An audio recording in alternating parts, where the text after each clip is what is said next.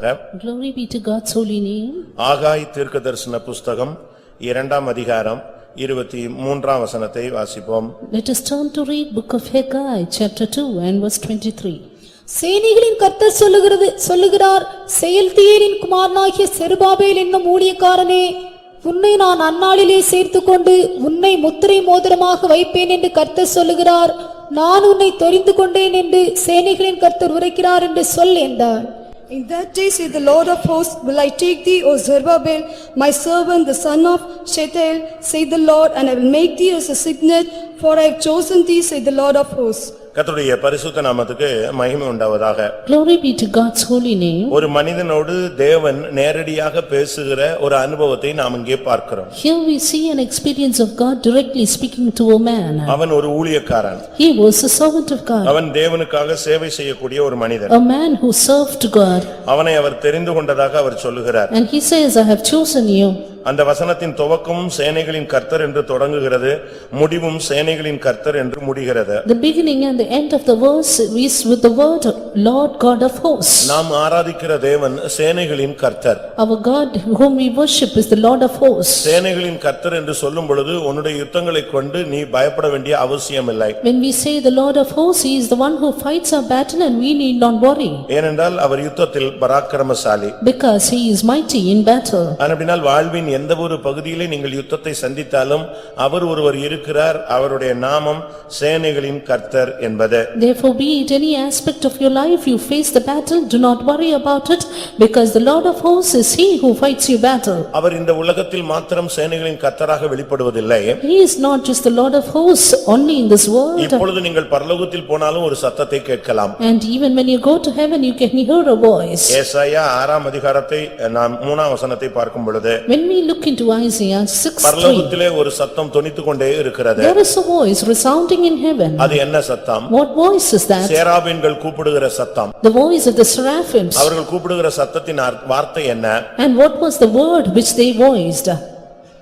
ஒருவரை ஒருவர் நோக்கி, சேனைகளின் கர்த்தர் பரிசுத்தர் பரிசுத்தர் பரிசுத்தர், பூமி அனைத்தும் அவருடைய மகிமையால் நிறைந்திருக்கிறது என்று கூப்பிட்டு சொன்னார்கள். And one cried unto another and said, Holy, holy, holy is the Lord of hosts, the whole earth is full of his glory. ஏனென்றால் ஜனங்களுடைய யுத்தங்களை அவர் செயல்படுத்துகிற ஒரு சேனை தலைவர். Because he is the Lord of hosts who fights the battle of his people. இந்த காலை வேளையில நீங்கள் எந்த சூழ்நிலையில் வந்திருந்தாலும் உங்களுடைய யுத்தங்களை நடத்தக்கூடிய ஒரு பராக்கிரமசாலி சேனைகளின் தல கர்த்தர் நமக்கு இருக்கிறார் என்பதை நீங்கள் விசுவாசியுங்கள். Whatever be the situation you are in this morning, believe that we have a Lord of hosts who fights all our battles.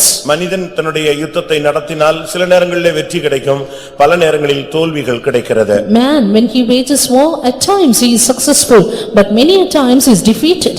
ஆனால் அவர் அந்த யுத்தத்தை நடத்துவாரானால், But if he would conduct the battle, எந்த ஒரு யுத்தமும் தோல்வியை சந்திக்காது. there can be no war with defeats. நீங்கள் தாவீதினுடைய வாழ்வை பாருங்கள். Look at the life of David. அவனுடைய யுத்தங்கள் எல்லாம் நீங்கள் பாருங்கள், ஒரு யுத்தத்தில் கூட அவன் பின்வாங்கினதில்லை, தோற்று போனதில்லை. And not one of his battle he had backslidden or been defeated. அவனோ அவனுடைய சேனையோ போகுமானால் நிச்சயம் ஜெயிக்கும். And if he or his host would go into the battle, success was sure. ஏனென்றால் அவன் கர்த்தரை சேனைகளின் கர்த்தர் என்றுதான் அவன் அறிந்திருந்தான். Because he knew our God as the Lord of hosts. அவனை தேவன் தன்னுடைய சேனையாகத்தான் பார்த்து கொண்டிருந்தார். And God too looked at him as his host. அவனும் அவனோடு கூட இருந்த ஜனங்களும் ஒரு இடத்தில் புறப்பட்டு வந்த பொழுது அது தேவ சேனையைப் போல இருந்தது என்று வேதம் சுட்டிக்காட்டுகிறது. At one point when he and his people proceeded out, the word of God says it was as the army of God. நீங்களும் உங்களுடைய குடும்பமும் உங்களுடைய பிள்ளைகளும் உங்களுடைய சகோதர சகோதரிகளும் ஆண்டவருடைய சமூகத்தில் நிற்பதை பார்க்கும் பொழுது நீங்கள் தேவ சேனையாக இருந்தால் உங்களுக்கு சேனைகளின் கர்த்தராக அவர் நிற்பார். When you and your family and your children and your people, they stand on knees in the presence of God, will look at your army, the Lord will fight for you. ஏன் வேதத்திலே எத்தனையோ தெய்வீகமான ஜனங்கள் இருக்கும் பொழுது இந்த செருபாபேலுக்கு இப்படி ஒரு வார்த்தையை தேவன் வாக்கு கொடுக்கிறார்? When there were many divine people in the word of God, why does the Lord give such a word to Zerubbabel? Zerubbabel என்று சொன்னால் பாபிலோனிலே தளிர்த்த ஒரு துளிரவன். Zerubbabel is a branch which brought forth out of Babylon. இல்லாவிட்டால் குழப்பத்தில் மலர்ந்தவன் என்று அர்த்தம். Or son of confusion. Babel என்றால் குழப்பம். Babel means confusion. இதுக்குள்ள பிறந்த ஒரு துளிரவன். He was a branch brought forth out of this. Zerubbabel. Zerubbabel. அதுதான் அதனுடைய அர்த்தம். And that is the meaning of அந்த that. பாபேல் சூழ்நிலையில் நடுவில துளிர்த்த ஒரு மனுஷன். A man who was shooting forth out of that Babel. நாம் ஒவ்வொருவரும் அக்கினியிலிருந்து தப்புவிக்கப்பட்ட கொள்ளிகள். And he was called as a branch plucked out of the fire. அதனால்தான் அக்கினியில் மலர்ந்த மலர் என்று ஒரு பாடல் பாடுகிறோம். That is why we too sing a song, a flower brought forth out of the fire. சேற்றில் கூட செந்தாமரை மலரும் என்று சொல்லுவார்கள். And they would say even the lotus comes out of the mire. குப்பையில் கூட மாணிக்கங்கள் தோன்றும் என்று சொல்லுவார்கள். And even pearls out of the dustbin. அதுபோல குப்பையிலிருந்து ஒரு மனுஷனை சிங்காசனத்துக்கு தேவன் உயர்த்துகிறவர். Yes, our God is the one who exalts a man from dust. உன்னுடைய வாழ்வு ஒரு குழப்பமாக இருக்கலாம். Your life may be a confusion. உன்னுடைய ஆவிக்குரிய வாழ்க்கை ஒரு பெரிய குழப்பத்தில் இருக்கலாம். Your spiritual life in great confusion. இல்லையென்றால் உன்னுடைய தொழில் ஒரு குழப்பமாக இருக்கலாம். Your business a confusion. உன்னுடைய குடும்ப வாழ்க்கை கூட ஒரு குழப்பமாக இருக்கலாம். Even your family life a confusion. அந்த குழப்பத்தில் நீயும் ஒரு குழப்பவாதியாக இணைந்து அப்படியே குப்பையாக போய்விடக் கூடாது. And you being a confuser in the confusion, do not be a rubbish. அதுக்குள்ள நீ ஒரு துளிராக வெளியே வர வேண்டும். But instead you need to come out as a branch. ஏசாயா தீர்க்கதரிசி என்ன சொல்லுகிறான்? What does Isaiah the prophet say? ஏசாயா 53:2 பார்க்கும் பொழுது Turning to Isaiah 52:3. இயேசு எப்படி துளிர்கிறார் என்று அங்கே சொல்லப்பட்டிருக்கிறது. It is said as to how Jesus shot forth. இளங்கிளியைப் போலவும் வறண்ட நிலத்திலிருந்து துளிர்க்கிற வேரைப் போலவும் அவனுக்கு முன்பாக எழும்புகிறார். போதும். For he shall grow up before him as a tender plant and as a root out of a dry ground. வறண்ட நிலத்திலிருந்து துளிர்க்கிற ஒரு வேர்தான் இயேசு கிறிஸ்து. Jesus Christ is the root out of a dry ground. குழப்பத்தின் நடுவிலே மலர்கிறவன் தான் இந்த Zerubbabel. He who flowers out of confusion is this Zerubbabel. ஆனபடியால்தான் அந்த குழப்பத்துக்கு நடுவிலே இவன் நிற்கிற அந்த தன்மையை பார்த்துதான் ஆண்டவர் அவனை அழைக்கிறார். That is why looking at his tendency of standing amidst all confusion, the Lord chose him. ஒரு தேவனுடைய பிள்ளை எந்த குழப்பத்தில் இருந்தாலும் நீ தெளிவுள்ளவனாக இருக்கணும். A child of God, in whatever confusion you may be, you must be clear. எவ்வளவு முள்ளுகள் இருந்தாலும் நீ அதுக்குள்ள ஒரு லீலியாக இருக்க வேண்டும். How much of a thorns there may be, you must be a lily. அப்படி ஒரு வாழ்க்கை தான் தேவன் எதிர்பார்க்கிற ஒரு வாழ்க்கை. And that is a life God expects from you. அவனை பார்த்து சொல்கிறார், என் ஊழியக்காரனே, Looking at him, the Lord says, you are my நான் servant. உன்னை சேர்த்துக்கொண்டு உன்னை முத்திரை மோதிரமாக வைப்பேன். I will make thee as a signet. இன்றைய மெசேஜ் நீ ஒரு மோதிரம். And today's message is, you are a signet. பரவாயில்ல, அப்ப நம்ம கையில எல்லாம் மோதிரம் இருக்கு, பைபிளும் இதை அங்கீகரிக்கு அப்படி நீங்க நினைக்கலாம். And you may think, I have a ring, a signet with me, and Bible too agrees with it. உன் கையில உள்ள மோதிரத்தை நான் பேசல, கர்த்தர் கையில் உள்ள மோதிரத்தை பேசுகிறேன். I am not speaking about the ring in your hand, but the ring in நான் God's உன்னை hand. ஒரு முத்திரை மோதிரமாக வைப்பேன். I will make thee as a signet. இதுதான் கர்த்தர் இந்த காலை வேளையில சபைக்கு கொடுக்கிற வார்த்தை. This is the word which the Lord gives to the church this நீங்க morning. எந்த நிலவரத்துல வந்திருந்தாலும் தேவனுடைய திட்டம் இதுதான். With whatever state you have come in, God's plan is it. அதற்கு தான் கர்த்தர் உன்னை தெரிந்து கொண்டார். It is for this God has chosen you. இந்த முத்திரை மோதிரமாக ஒரு மனிதன் மாற வேண்டியது அவசியம். A man needful become a signet. இல்லாவிட்டால் உன் கையில ஒரு முத்திரை மோதிரம் வர வேண்டியது அவசியம். Or else you need to have a signet in your hand. ஒரு தேவனுடைய பிள்ளை முத்திரை மோதிரமாக மாற வேண்டும். A child of God should become a signet. ஆவிக்குரிய வாழ்க்கையில வந்த பின்பு நீங்கள் ஒரு சாதாரண நபராக இருக்கக்கூடாது. After coming to the spiritual life, you should not be an ordinary person. இன்றைக்கு விவாகங்களுக்கு நிச்சயமாக அடையாளமாக மோதிரங்கள் போடுவது வழக்கம். Today, for the wedding, for the betrothal, they have the habit of giving the signet. ஒவ்வொரு குரூப்பும் ஒவ்வொரு விதங்களிலே அதை செயல்படுத்துகிறார்கள். And every group of people in the society, they do it in a different way. ஆனால் ஆண்டவர் உன்னை நியமித்துக் கொள்வதற்காக அல்ல, அதிகாரம் உள்ளவனாய் மாற்றும்படியாக உன்னை முத்திரை மோதிரமாக மாற்றுகிறார். But the Lord makes you a signet, not for the betrothal, but that you may be a man with power. மோதிரத்துக்கும் முத்திரை மோதிரத்துக்கும் வித்தியாசம் இருக்கிறது. There is a vast difference between ring and a signet. மோதிரம் ரோட்ல போறவன் எல்லாம் போட்டுக்கலாம். A ring whoever wants can put it. ஆனா முத்திரை மோதிரம் என்பது ராஜாக்கள் மட்டுமே போடுகிறது. But a signet is only for royal kings. ஆண்டவர் தன்னுடைய முத்திரை மோதிரமாக உன்னையும் என்னையும் வைக்கும்படியாக வாஞ்சிக்கிறார். And God wants you and me to be his signet. ஆண்டவருடைய கையிலே நீ ஒரு முத்திரை மோதிரம். You are a signet in God's hand. அதனுடைய சரியான அர்த்தம் என்ன? What is the right meaning of it? ஒரு அரச கட்டளை பிறந்தால் If there is a command, a royal, கடைசில ஒரு சீல் பண்ணுவாங்க. and finally they seal it. அது கவர்மெண்ட் சீல் இன்றைக்கு உலகத்துல செய்கிறார்கள். And in this world they do it as a government seal. அன்னைக்கு ராஜாவின் கையில ஒரு மோதிரம் இருக்கும். But there will be a signet in the king's hand. அத வச்சு சீல் பண்ணுவான். And they seal with it. அதுக்கு பிறகு அந்த ஜீவோவை மாத்தவே முடியாது. Finally you can never change the command. எழுதினதே. And that which is. அந்த ஸ்தானத்துல கர்த்தர் ஒரு விசுவாசியை ஒரு ஊழியக்காரனை வைத்து பார்க்க விரும்புகிறார். And the Lord wants a servant of God and a believer to be in that position. நீ ஒரு ஜெபம் பண்ணி ஆமென் போட்டுட்டா அது அக்செப்ட் ஆயிடும். If you make a prayer and say amen, it will be accepted. அப்படி விசுவாசிக்கிறவங்க ஒரு அல்லேலூயா சொல்லுங்க. நீ ஜெபிச்சு ஆமென் போட்டுட்டீனா அதுக்கு பிறகு அதுல மாற்றமே கிடையாதுங்கறத சத்தியம். If you pray and you put an amen, then the truth is that you cannot change it. முதலாம் ராஜாக்கள்ல எலியா இந்த வார்த்தையை உபயோகிக்கிறார். And Elijah used this word in 1 Kings. 1 ராஜாக்கள் 17ஆம் அதிகாரம் முதலாம் வசனத்துல 1 Kings 17:1. நான் சொல்லாம இனிமே மழையோ பனியோ பெய்யாது. He says, without my word there shall be no dew nor rain. கிலியாத்தின் குடிகளிலே திஸ்பியனாகிய எலியா ஆகாபை நோக்கி, என் வாக்கின்படியே அன்றி இந்த வருஷங்களிலே பனியும் மழையும் பெய்யாதிருக்கும் என்று இஸ்ரவேலின் தேவனாகிய கர்த்தருக்கு முன்பாக நிற்கிற நான் அவருடைய ஜீவனை கொண்டு சொல்லுகிறேன் என்றான். And Elijah the Tishbite, who was on the inhabitants of Gilead, said unto Ahab, as the Lord God of Israel liveth, before whom I stand, there shall not be dew nor rain these years, but according to my word. என் வாக்கின்படி அன்றி நான் திருப்பி சொல்லாம மழையோ பனியோ பெய்யாது. But according to my word there shall be no dew nor rain. எந்த அளவு அவனுடைய ஜெபத்துல அவனுக்கு ஒரு தெளிவு இருந்தது. So what clearness he was definite in his prayer. எத்தனை வருஷம்? How many years? 3.5 வருடங்கள். 3.5. அப்படியே பிரேக் அடிச்சு வச்சிருந்தான் வானத்தையும் பூமியையும். He had just stopped the heaven and the earth. பயங்கர காத்தடிக்கும். There will be great wind. கார்மேகம் வந்துவிடும். And dark clouds. இப்ப மழை பெஞ்சிரும்னு நினைச்சிருப்பாங்க. They will think it will rain now. எலியாட்ட போய் கேட்பாங்க. But என்னவோ நான் எலியாட்ட போய் கேட்பாங்க. they will go and ask Elijah. என்னவோ மழை பெய்யற மாதிரி இருக்கு, என்னவோ சொன்னியே ஜெபிச்சியேன்னு. You said there will be no rain, you prayed also. நான் சொல்லாம அந்த மேகம் என்ன செய்யாது, மழையை பொழியாது. The cloud will not rain without my word. 3.5 வருடம் மழையோ பனியோ இல்லாம அப்படியே பிரேக் பண்ணி வச்சான். 3.5 years he stopped the heaven and earth from dew and rain. அது தேவன் அவனுக்கு கொடுத்த அதிகாரம். That was simply the power God had given him.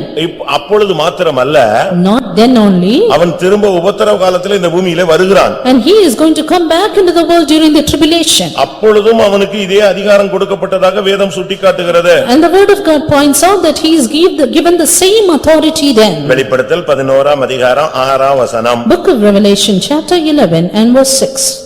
அவர்கள் தீர்க்கதரிசனம் சொல்லி வருகிற நாட்களிலே மழை பெய்யாதபடிக்கு வானத்தை அடைக்க அவர்களுக்கு அதிகாரம் உண்டு. அவர்கள் தண்ணீர்களை இரத்தமாக மாற்றவும் தங்களுக்கு வேண்டும் போதெல்லாம் பூமியை சகலவித வாதைகளாலும் வாதிக்கவும் அவர்களுக்கு அதிகாரம் உண்டு.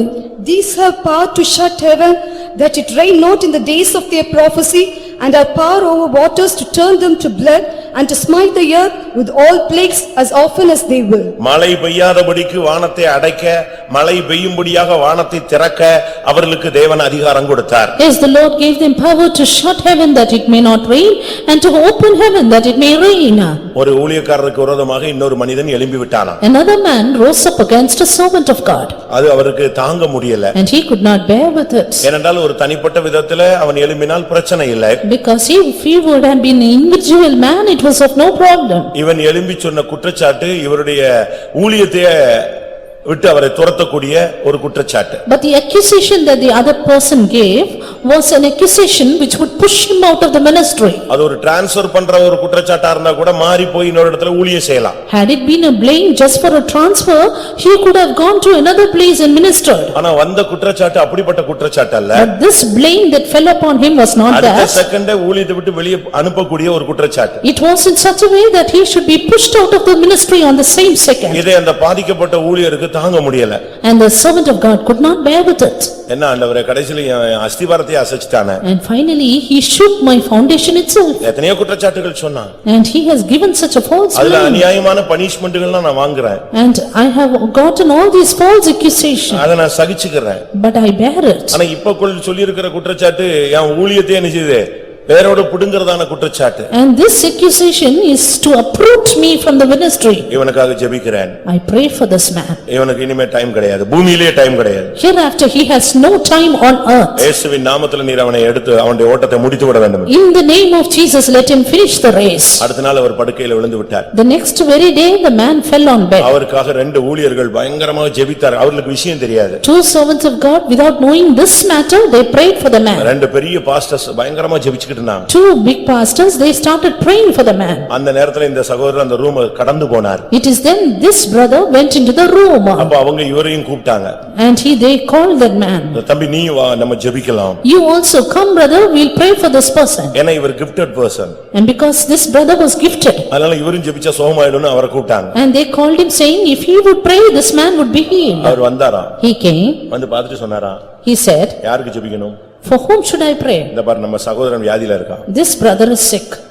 நீங்க ரெண்டு பேரும் ஜெபிக்கிறீங்களா? And are you too praying for them? ஜெபிங்க. Pray.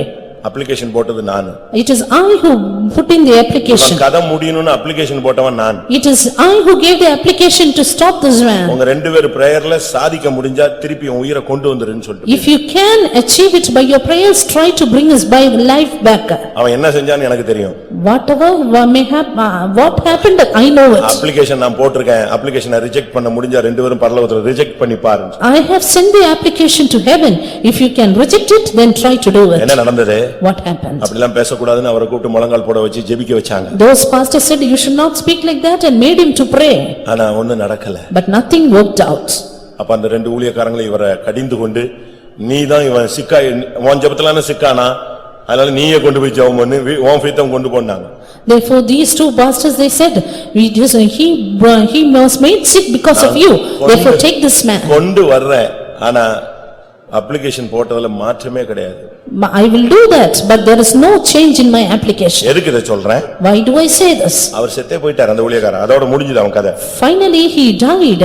எதுக்கு இத சொல்றேன்? Why I say this is உன்னுடைய வாக்கின்படி அன்றி தேவன் அடுத்த கதையை செய்ய முடியாது. God cannot do the next thing without your word. அந்த அளவு உனக்கு ஒரு அதிகாரம் இருக்குதுன்னு சொன்னா கர்த்தருடைய கையில் நீ ஒரு முத்திரை மோதிரம். If you are going to have such a great power then you are a signet in God's hand. நீ ஜெபிச்சு ஆமென் போட்டுட்டேன்னு சொன்னா அதுக்கு பரலோகம் ஆமென் போட்டுருச்சுனா அதுக்கு பிறகு எவனும் எவளும் மாற்றவே முடியாது. If you pray and say amen and heaven says amen too, then nobody can change it.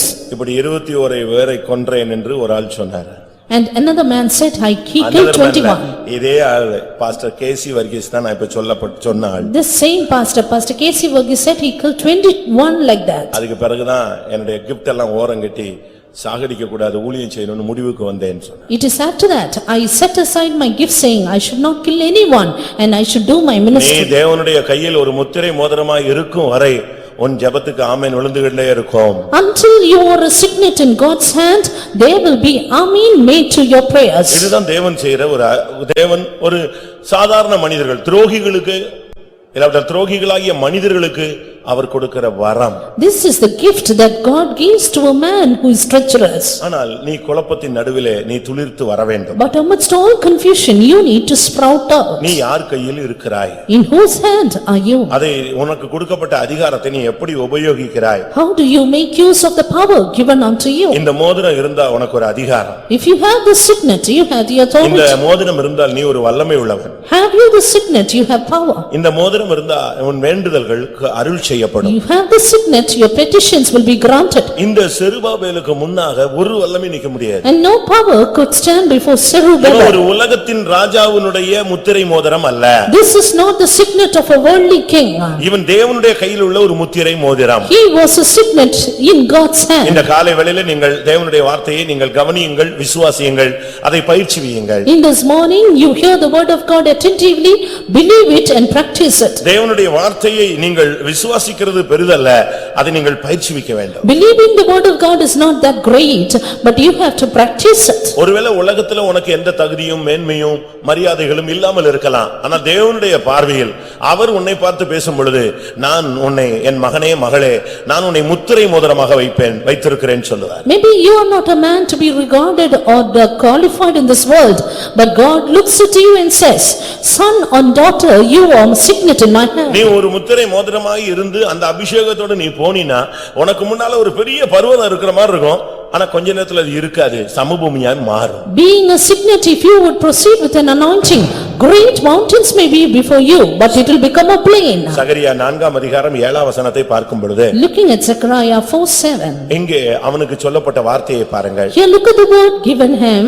Zechariah 4:7. Zechariah 4:7. பெரிய பர்வதமே நீ எம்மாத்திரம், செருபாபேலுக்கு முன்பாக நீ சமபூமியாவாய், தலைக்கல்லை அவன் கொண்டு வருவான், அதற்கு கிருபையுண்டாவதாக என்று ஆர்ப்பரிப்பார்கள் என்றார். Who art thou, O great mountain, before Zerubbabel? Thou shalt become a plain, and he shall bring forth the headstone thereof with shouting, crying, grace, grace unto it. ஒரு பெரிய பர்வதம் அவனுக்கு முன்பாக நின்றது. கர்த்தர் அந்த பர்வதத்தோடு பேசுகிறார். A great mountain stood before him, and the Lord spoke to the mountain. பெரிய பர்வதமே நீ எம்மாத்திரம். O great mountain, who art thou? இதோ என்னுடைய முத்திரை மோதிரமாகிய செருபாபேல் வருகிறான், நீ அவனுக்கு முன்பாக சமபூமியாய் மாறுவாய். Behold, my Zerubbabel, who is my signet, is coming, and you will become a plain. அவ்வளவுதான். அதுக்கு பிறகு அந்த பெரிய பர்வதம் இல்ல, அப்படியே சமபூமியாய் செருபாபேலுக்கு முன்பாக தாழ்ந்தது. That's it. The next moment the great mountain became a plain before Zerubbabel. நீங்கள் ஒரு முத்திரை மோதிரமாக இருந்தால் உங்களுக்கு விரோதமாக பெரிய பர்வதங்கள் ஒன்றல்ல இரண்டல்ல வாழ்வின் முழுவதும் அவ்வப்பொழுது எழும்பிக் கொண்டே வரும். If you are a signet in God's hand, not one or two, many mountains may come up before you. ஆனா இந்த பர்வதங்களை கண்டு நீங்கள் பயப்பட வேண்டியதில்லை. But you need not be afraid of these mountains. நீ இதுல ஒரு கல்ல கூட துரும்பு கூட தொட வேண்டாம். And you need not touch even a stone or a rust. தேவனுடைய கையில முத்திரை மோதிரமாக நிற்க வேண்டும். But you need to be a signet in God's hand. அவர் கையில நீ முத்திரை மோதிரமாக இருந்தா நீ வந்த உடனே இது அப்படியே தாழும். If you are simply a signet in God's hand, the moment you come, it will come down. ஒரு கிறிஸ்தவ பையன் போய் ஒரு பெண்ணை நேசிக்கிறான். There was a Christian boy who loved a girl. அவள் ஒரு சூனியக்காரி, உங்களுக்கு எல்லாருக்கும் தெரியும். When she was a witch. கொஞ்ச நாள் கழிச்சு தான் அவளுடைய உண்மையான தன்மை அவனுக்கு தெரிந்தது. It is after a few days that he got to know about her. எனக்கு கூட படுத்திருந்தவ திடீர்னு பார்த்தா இருக்க மாட்டா. Because she who was lying down with him suddenly will not be. அவன் எழும்பி ஒரு நாள் தேடினா இவளை. And he one day started to search her. அதுக்கு பிறகு தான் தெரிஞ்சது இவ சூனியம் வச்சிட்டு இருக்கான். After that he understood that she is a witch. கொஞ்ச நாள்ல இவன் அவளுக்கு அடிமையாய் மாறினான். Within few days he became a slave to him. கடைசியா அவங்க எல்லாம் சேர்ந்து இந்த சூனியக்காரர்களுடைய மாநாட்டுக்கு போனாங்க. Finally they all together went to the conference of sorcerers. அந்த இடத்துல இவனை இன்ட்ரோ듀ce பண்ணாங்க. They introduced this boy. அவன் சொல்றான், டைரக்டா பிசாசு வந்து சிங்காசனத்துல உட்கார்ந்தத நான் முன்னால பார்த்தேன். He said, I directly saw devil sitting on the throne. அப்போ என்னைய வந்து இன்ட்ரோ듀ce பண்ணதுக்கு எழுப்பி நின்னு சொல்ல சொன்னாங்க. And now they asked me to get up to introduce myself. அவன் இன்ட்ரோ듀ce பண்றான். And he called him. நம்ம ஆளுங்க எழுப்பி சாட்சி சொல்ற மாதிரி. As our people testify. நம்ம சில நேரத்துல சொல்லுவோம், நான் பெந்தேகோஸ்ல பிறந்தவன், இல்ல இந்து குடும்பத்துல பிறந்தவன், இல்ல நாமினல் கிறிஸ்டியன்ல பிறந்தவன் சொல்லுவோம். As we people testify saying, I was born in such and such family. அதுபோல இவனும் சொன்னான். This boy also said. அவன் எழும்பி சொல்லும் பொழுது, When he said like that. நான் ஒரு கிறிஸ்தவனாய் பிறந்தேன்னா. He said, I am born Christian. அவ்வளவுதான். அந்த பிசாசு அப்படியே முகங்குப்புற பொத்துன்னு விழுந்துருச்சு. The devil fell down prostrate before him. எழும்பி உட்கார்ந்து சொல்லிச்சான், அந்த வேர்டை மட்டும் யூஸ் பண்ணாம இன்ட்ரோ듀ce பண்ணுச்சு. Then the devil said, you don't say that word but introduce yourself. அந்த பேரை மட்டும் யூஸ் பண்ணாத. Just don't use that word, that name. அதுக்கு பிறகு அவன் சொன்னான். After that he அந்த said. கிறிஸ்டியன் அந்த வேர்டை விட்டுட்டான். And he left that word the next time. என்னுடைய பெயர் இம்மானுவேல் தான். My name is Emmanuel. அடுத்து குப்புற விழுந்துருச்சு. And again the devil fell down. அப்பதான் இவனுக்கு புரிஞ்சது, என்ன இது கிறிஸ்தவன் சொன்னாலும் இந்த பவர் விழுது, இம்மானுவேல்னு சொன்னாலும் கீழே விழுது. He then understood the power in the word Christian and Emmanuel. எதுக்கு அது சொல்றேன்? Why do I say this? உனக்குள்ள இருக்கிற அந்த நாமத்தினுடைய சக்தியை நீ புரிந்து கொள்ளணும். You need to understand the power of God's name in you. உனக்குள்ள இருக்கிற பவர் வந்து ஒரு டிஃபரண்டான power. The power in you is something different. ஒரு சகோதரி ஒரு கிறிஸ்தவ ஸ்கூல்ல படிச்சாங்க. A sister was just educated in a Christian school. ஆனா அவங்க அத ரொம்ப சீரியஸா வணங்கல, மனசுல ஏத்துக்கிட்டாங்க தெய்வமா. She did not seriously worship Christ, but she accepted him as God. அவங்களுக்கு திருப்பி கல்யாணம் ஆயிடுச்சு. And after that she got married. அப்ப அவங்களுக்கு பிள்ளைக்கு ஒரு போராட்டம். Now her child had a conflict in her life. ஆனபடினால அவங்க எல்லா இந்து கோயிலுக்கும் புருஷன் இந்துங்கறனால அலையறாங்க. For which cause they brought her to all the Hindu temples. கடைசில ஒரு கோயிலுக்கு போயிருக்கும்போது Finally when he was taken to a temple. இவங்க போய் கியூல நின்னாங்க பிள்ளையோட. And she stood in the queue with her child. அவன் சொன்னானா, நீ முதல்ல வெளிய போ. The priest said, "You first go outside." இல்ல நான் மணிக்கணக்கா கியூல நின்றுக்கேன், அதனால நீங்க எனக்கும் சொல்லணும் என் பிள்ளைக்கும் சொல்லணும். No, ask together, I am in the queue, so first say it for me and for my child. உன் பிள்ளைக்கு வேணா சொல்லுவேன், ஆனா உனக்கு சொல்ல மாட்டேன். I will tell for your child but not for you. ஏன் சொல்லக்கூடாது? Why? நான் இவ்வளவு நேரம் சாமி கும்பிட்டு தான் இங்க நின்னுட்டு இருக்கேன். I am standing here, standing in the queue, worshipping the God. இல்ல உனக்குள்ள வேற ஒரு பவர் இருக்கு, வெளிய போச்சு. No, there is another power within you, get ஸ்கூல்ல out. படிக்கும்போது இயேசுவை ஏத்துக்கிட்ட பவர் உள்ள இருக்கு. That power of accepting Jesus while in school is still within her. இயேசுவின் நாமத்தின் வல்லமை எனக்குள்ள இருக்குன்னு விசுவாசிக்கிறவங்க கை வைத்துங்க. இந்த பவர் எங்கேயும் உன்னை விட்டு போகாது. This power will not leave you and me. நீ கரெக்ட்டா இருந்தீனா அது அங்கங்க வெளிய வரும். If you are correct, then the power will come out. எந்தெந்த இடத்துல இந்த நாமம் தன்னுடைய வேலையை செய்யணுமா கரெக்ட்டா செஞ்சிட்டு மறையும். In all the places where the name will show the power, it will do it. நீ ஒரு முத்திரை மோதிரம். You are a signet. நீ ஒரு முத்திரை மோதிரமாக இருந்தால் உனக்கு முன்னால இருக்கிறதான அந்த பர்வதம் சமபூமியாய் மாறும். If you are a signet, the mountain that is before you will become a plain. அத நீங்க மறந்துடவே கூடாது. Never forget it. இன்னைக்கு கர்த்தர் உனக்கு அதத்தான் சொல்றார். That is what the Lord reminds you today. முத்திரை மோதிரத்தோடு நீ எங்க போனாலும் சரி, நீ வேலையில போற, உனக்கு பிரச்சனை இருக்கு, நீ முத்திரை மோதிரமா இருந்தா அந்த பர்வதம் அப்படியே டவுன் ஆயிடும். Wherever you go as a signet, be it in your job, in your work spot, the great problems will become a plain. ஒரு பிசினஸ்க்கு போற, உனக்கு தடையா இருக்கு, இந்த நீ முத்திரை மோதிரமா நீ போனினா அங்க அது எல்லாமே ஃபாலோ ஆகும். If you have hindrances in your business and you go as a signet, your hindrances will fall down. உன்னை ஜெயிச்சிடுவான்னு எல்லாரும் சபதம் போடுவான், ஆனா ஒருத்தனும் ஒரு காலத்துல ஜெயிக்க மாட்டான். People may challenge to prevail over you, but no one will prevail. ஏனென்றால் நீ ஒரு முத்திரை மோதிரம். Because you are a signet. நம்ம ஆளுங்களுக்கு நமக்குள்ள இருக்கிற பவர் தெரியல. Our people do not understand the power within us. நமக்குள்ள இருக்கிற தேவனுடைய சக்தி தெரியல. They do not know the authority of God within நமக்கு us. இருக்கிற உரிமைகள் தெரியல. They do not know the rights within us. நீங்க எல்லாருக்கும் தெரிஞ்ச கதை தான் நான் உங்களுக்கு சொல்றேனே. I will tell you the story which all of you know. ஒருத்தன் கப்பல்ல பயணப்படுறான். There was a man who took a voyage. எல்லாரும் கரெக்ட் நேரத்துல போய் சாப்பிட்டு வந்துடுறாங்க. And people went and ate and came.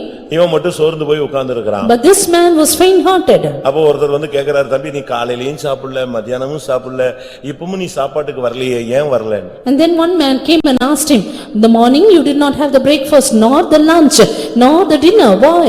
அப்ப அவன் சொன்னா, நான் டிக்கெட் மட்டும் தான் எடுத்தேன், சாப்பாட்டுக்கு காசு கொண்டு வரல. Then he said, "I just took the ticket for the voyage and no money for the dinner." அப்பதான் அவன் சொன்னா, இது டிக்கெட்டோட சேர்ந்து எதுவும் வாங்கியிருக்கான் அவன்ட, சாப்பாட்டுக்கும் காசு வாங்கியிருக்கான். தம்பி நீ ஏன் அந்த உரிமையை நீ விட்டு கொடுத்துட்டு நீ இங்க உட்கார்ந்து இருக்கிற? அதுக்கு பிறகுதான் தெரியும், ஓஹோ நம்ம அதுக்கும் சேர்த்து பணம் கட்டி இருக்கிறோம். Then the man said, "Yes, the ticket fare is for your food also. Therefore you need not worry about that. You just come and eat." அதுபோல நீ இதுக்குள்ள வரும் பொழுதே உனக்கு மற்ற எல்லாவற்றையும் அருளாதிருப்பது எப்படி? So is it when you come into this, how can he refrain from giving you all of the rest? நீ உள்ள வரும் பொழுதே உனக்கு பிசினஸ், ஃபியூச்சர், லாஸ்ட் வரைக்கும் அடக்காராதன வரைக்கும் கிளியரா நோட் பண்ணி வச்சிரார். Right when you come into this fellowship, the Lord clearly notes down every aspect in your life right till your death. யாரு அடக்காராதனல பிரசங்கம் பண்ணுவான்னு வரைக்கும் சொல்லிடுவாருன்னு சொல்றேனே. And God even predicts who will preach in your funeral service. நான் ஒரு இடத்துல இருந்தேன். In one place I was. அங்க ஒரு டெத், ஒரு அம்மா கடைசி கண்டிஷன்ல இருந்தாங்க. There a mother was in her last point. நானும் அடிக்கடி போய் பார்த்துட்டு வந்தேன். I very often gave a look at her. அவங்க வாயில பயங்கர வாய்ச்சாலகர். And she was a very eloquent person. பேச்சிலேயே தான் இருப்பாங்களே தவிர செயல்லையே வர மாட்டாங்க. She will always talk much but not in her action. ஊழியக்காரன்ட்ட கூட ஆசையை தூண்டுவாங்க. நான் 2 லட்சம் தந்துறேன், 1.5 லட்சம் தந்துறேன், 7 லட்சம் தந்துறேன். ஆனா 7 பைசா வரவே வராது. ஆனா பாக்கும்போதெல்லாம் அது முடிஞ்சா இது இப்படி பேசுவாங்க. She even very talkative to the servants of God. She promises to give them so much of money, but she doesn't do that. என்னையும் அப்படி ஏமாத்திரலாம் அவங்களும் ட்ரை பண்ணிட்டே இருந்தாங்க. And she also tried to deceive me like that. நான் அதுக்காக போல வியாதி ஒரு விசுவாசி போறேன். I just went and visited her because she was a believer sick. இப்போ அவங்க சாக போறாங்க. Now she is about to die. அந்த டைம் வந்துருச்சு. The time has come. அப்ப ஆண்டவர் என்கிட்ட சொன்னாரு, The Lord said to me, நீ நினைக்கிற மாதிரி ஒண்ணே இந்த அடக்காரனைக்கு வைக்க மாட்டேன். As you think, I will not keep you here for the funeral service. அவ்வளவுலாம் இந்த அடக்கத்தை நான் ஹானர் பண்ண மாட்டேன். I will not honor this funeral service. உன்னை வச்சு கிராண்டா பண்ணிடுவேன்னு நினைச்சியா? And do you think I'll do it grandly with you? No chance. There's no chance. நீ வேணா பாரு, உன்னைய வச்சு கிராண்டா நான் பண்ண விட மாட்டேன். I will not do with you and conduct this funeral service. இதனால ஒரு சின்ன பிள்ளை மாதிரி பேசுறாருன்னு நானும் யோசிச்சுக்கிட்டே இருந்தேன். And I was just thinking why the Lord is speaking to me as child. கரெக்டா அவங்க சாவுறாங்க, எனக்கு கேரளால மீட்டிங், நான் கிளம்புறேன். Exactly the day she died, I was starting for the meeting in Kerala. அப்பதான் எனக்கு ஞாபகம் வந்துச்சு, சொன்னதை அவர் கரெக்டா பாயிண்ட் பண்ணி அடிச்சிட்டு போறாரு. It is then I was reminded of the words of God. ஆண்டவர் எப்படி யாரை கனம் பண்ணணும், யாரை கனம் பண்ணக்கூடாது, அதுக்கு யார் வரணும் வரக்கூடாது எல்லாமே ஸ்கெட்ச் ஆல்ரெடி போட்டு வச்சிருக்கிறார். The Lord had already put the sketch for your life, who should come for your funeral service and who should not. நீ ஒரு முத்திரை மோதிரம். You are a signet. உனக்குள்ள ஒரு அபரிமிதமான சக்தி இருக்கு. There is an immeasurable power within you. அந்த சக்தியை நீ பயன்படுத்தாம அதை வச்சுக்கிட்டே நீ உட்கார்ந்து அழுதுகிட்டே இருக்க. And not making use of the power, with that in you, you keep crying. என்னுடைய நாமத்தில் நீ எது கேட்டாலும் அது உனக்கு அருள் செய்யப்படும். Whatsoever you ask in my name, it shall be given you. கேளுங்கள், அப்பொழுது நீங்கள் பெற்றுக்கொள்வீர்கள். Ask and ye shall receive. கேட்கிற எவனும் பெற்றுக்கொள்கிறார். Everyone that asketh receiveth. உங்கள் சந்தோஷம் நிறைவா இருக்கும்படி நீங்கள் பெற்றுக்கொள்வீர்கள். And ye shall receive, that your joy may be full. ஆனா அதே நேரத்துல நீ ஒரு முத்திரை மோதிரமாக இருக்கணும். At the same time, you need to be a signet. ஆண்டவர் கையில உள்ள மோதிரமா நீ இருந்தீனா, ஒரு ஊழியக்காரனா நின்னா, கர்த்தருக்காக நீ செயல்படக்கூடியவனா இருந்தீனா, நிச்சயமா உனக்காக எல்லாவற்றையும் செய்வார். If you are a believer or a servant of God, as a signet in God's hand, doing everything for God, God will work for you. ஒரு சாதாரண தகப்பன் மீனை கேட்டால் பாம்பை கொடுப்பானா? An ordinary father, if a boy asks for the fish, will he give him a serpent? பொல்லாதவர்களாகிய நீங்கள் உங்கள் பிள்ளைகளுக்கு நல்ல ஈவை கொடுக்க அறிந்திருக்கும் பொழுது பரமபிதா உங்களுக்கு பரிசுத்த ஆவியை அருளாமல் இருப்பது எப்படி? When ye who are evil know how to give good gifts for your children, how will your heavenly Father refrain from giving good gifts to you? நீயும் உன் பிள்ளைகளும் கர்த்தருடைய கையில மோதிரமா மாறுங்க. You and your children become signet in God's hand. உன்னை முத்திரை மோதிரமாய் தேவன் மாற்றட்டும்.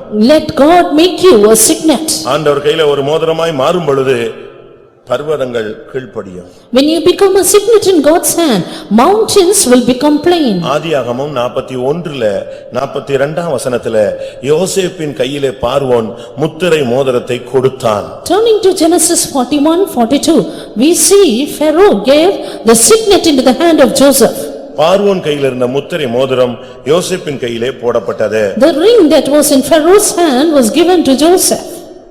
பார்வோன் தன் கையில் போட்டிருந்த தன் முத்திரை மோதிரத்தை கழற்றி அதை யோசேப்பின் கையிலே போட்டான். And Pharaoh took off his ring from his hand and put it upon Joseph's hand. ஒரு சாதாரண யாருக்கு இத போட கிடைத்தது? And who nobody else could receive this ring. ஒரு அடிமை, a slave, ஒரு குற்றவாளி, he was an accused, ஒரு தண்டனை கைதி, and as a prisoner in judgment, விசாரிப்பே கிடையாது, and no inquiry at all. என்னைக்கு குற்றம் சாட்டப்பட்டானோ அன்னைக்கு தூக்கி போட்டாங்க, அவ்வளவுதான். The day he was accused, he was just cast in. அவனுக்கு ஜாமீன் எடுக்க தாய் தகப்பன் வர முடியாது. And mother or father could not be a guardian to him. அவன் மேல கரிசனை உள்ள ஆளே கிடையாது. There was no man of concern to him. இவன் தப்பு செய்யலன்னு சொல்றதுக்கு ஒருத்தனுக்கு துணிச்சல் கிடையாது. No man presumptuously told that he did not commit anything. அப்படி ஒரு புறக்கணிக்கப்பட்ட ஒரு மனுஷன். Such a despised man. ஆனா கர்த்தர் என்ன செய்தாரு? But what did the Lord do? அவன் கையில முத்திரை மோதிரத்தை கொண்டு வர்றார். The Lord brought the ring into his hand. முழு எகிப்தினுடைய அதிகாரியாக இவன் மாற்றப்படுகிறான். And he was made the ruler of the whole Egypt. பிரியமானவர்களே, கர்த்தர் உன்னை இல்லாவிட்டால் உன் கையில் கர்த்தர் இந்த மோதிரத்தை கொடுப்பார். Beloved, the Lord will give such a ring into your hand. ஒன்று நீ முத்திரை மோதிரமாய் மாறுவாய், இல்லாவிட்டால் உன் கையில் முத்திரை மோதிரத்தை கொடுப்பார். Either you will become a signet in God's hand, or the Lord will give signet into your hand. உன்னையே தேவனுடைய வல்லமையாய் மாற்றுவார், இல்லாவிட்டால் உன் மூலமாய் தன்னுடைய வல்லமையை வெளிப்படுத்துவார். The Lord will make you itself his power, or the Lord will reveal his power through you. சாதாரண அப்போஸ்தலர்களாக இருந்த பேதுரு அப்படி நடந்து போனா நிழல் பட்ட சுகம் கிடைத்தது. Peter, who was an ordinary apostle, the moment he walked, by his shadow many were healed. பவுலுடைய வஸ்திரம் யாரு மேலெல்லாம் விழுந்ததோ அவங்களுக்கெல்லாம் சுகம் கிடைத்தது. The garment of Paul, upon whomever it fell, they were healed. அந்த அளவு தேவன் தன்னுடைய வல்லமையுள்ள முத்திரை மோதிரங்களாக மனிதர்களை எடுக்கிறார். In such a way, the Lord takes people in his hand as his powerful signet. நீங்க ஜெபிக்கும் போதே தெரியும் இது அக்செப்ட் ஆகுது ஆகலன்னு. The moment you pray, it can be known whether you are accepted or not. ஒரு காரியத்துக்கு நீ ஜெபிச்சிட்டேனா இருதயபூர்வமா ஜெபிச்சு நீ ஆமென் போடும்போது உனக்கு தெரியும் ஒரு சமாதானம் வந்துரும் உள்ள. If you offer up a heartfelt prayer then and say amen to it, you can find peace in you. ஒரு கலக்கம் நீடிக்குமானால் உன்னுடைய ஜெபம் அக்செப்ட் ஆகல. But if your trouble it continues, then your prayer is not accepted. உன்னுடைய கலக்கம் நீங்கிருச்சுன்னு சொன்னா உன் ஜெபத்துக்கு ஓகே பண்ணிட்டாருன்னு அர்த்தம். If your trouble is rid, then you can know that your prayer is accepted. பார்வோனுடைய கரத்தில் இருந்ததான அந்த முத்திரை மோதிரம் இப்பொழுது யோசேப்பின் கையில் வந்தது. This ring which was in the hand of Pharaoh now came to the hand of Joseph. அதை எப்படி யூஸ் பண்ணா? How did he use it? பஞ்சத்தை போக்க யூஸ் பண்ணா, பழிவாங்க யூஸ் பண்ணல. He did not use it for the revenge, but to go through the famine. நீங்க ஜெபத்தை சரியான விதத்துல நீங்க யூஸ் பண்ணணும். Yes, you should make use of your prayer in a right way. உன்னுடைய ஜெபத்துல நீ சரியான விதத்துல மற்றவர்களுக்கு ஆசீர்வாதமாக மாறணும். You should turn to be a blessing through your prayer. இவன் கையில அது வந்த பொழுது இவன் தேசத்துல இருக்கிற எல்லா பஞ்சத்தையும் மாத்திட்டான். When this ring came into his hand, he removed the famine in the land. ஒரு சரியான ஒரு அபிஷேகம், ஒரு சரியான ஒரு சக்தி, சரியான ஒரு வல்லமை உனக்குள்ள வரும் பொழுது உன் தரித்திரம் நீங்கும். A right anointing, a right power, when it comes into you, the poverty will be dispelled. ரெண்டு தரித்திரம் இருக்கிறது. Two kinds of poverty. ஒன்று ஆவிக்குரிய தரித்திரம், மற்றொன்று எழுத்தின் பிரகாரமான தரித்திரம். One, that which is spiritual, the other, a literal poverty. ஆவிக்குரிய ஜீவிதத்துல வந்துட்ட பிறகு ரெண்டு தரித்திரமுமே நமக்கு இருக்க ஆகாது. After coming to the spiritual life, we should not have these both. இந்த மார்க்கத்துல வந்துட்ட பிறகு நீ சோத்துக்கு வழி இல்லாம சுத்தக்கூடாது. அப்படி சுத்தினா அது தேவனுடைய நாமம் தூஷிக்கப்படுவதற்கு ஏதோ ஆகும்.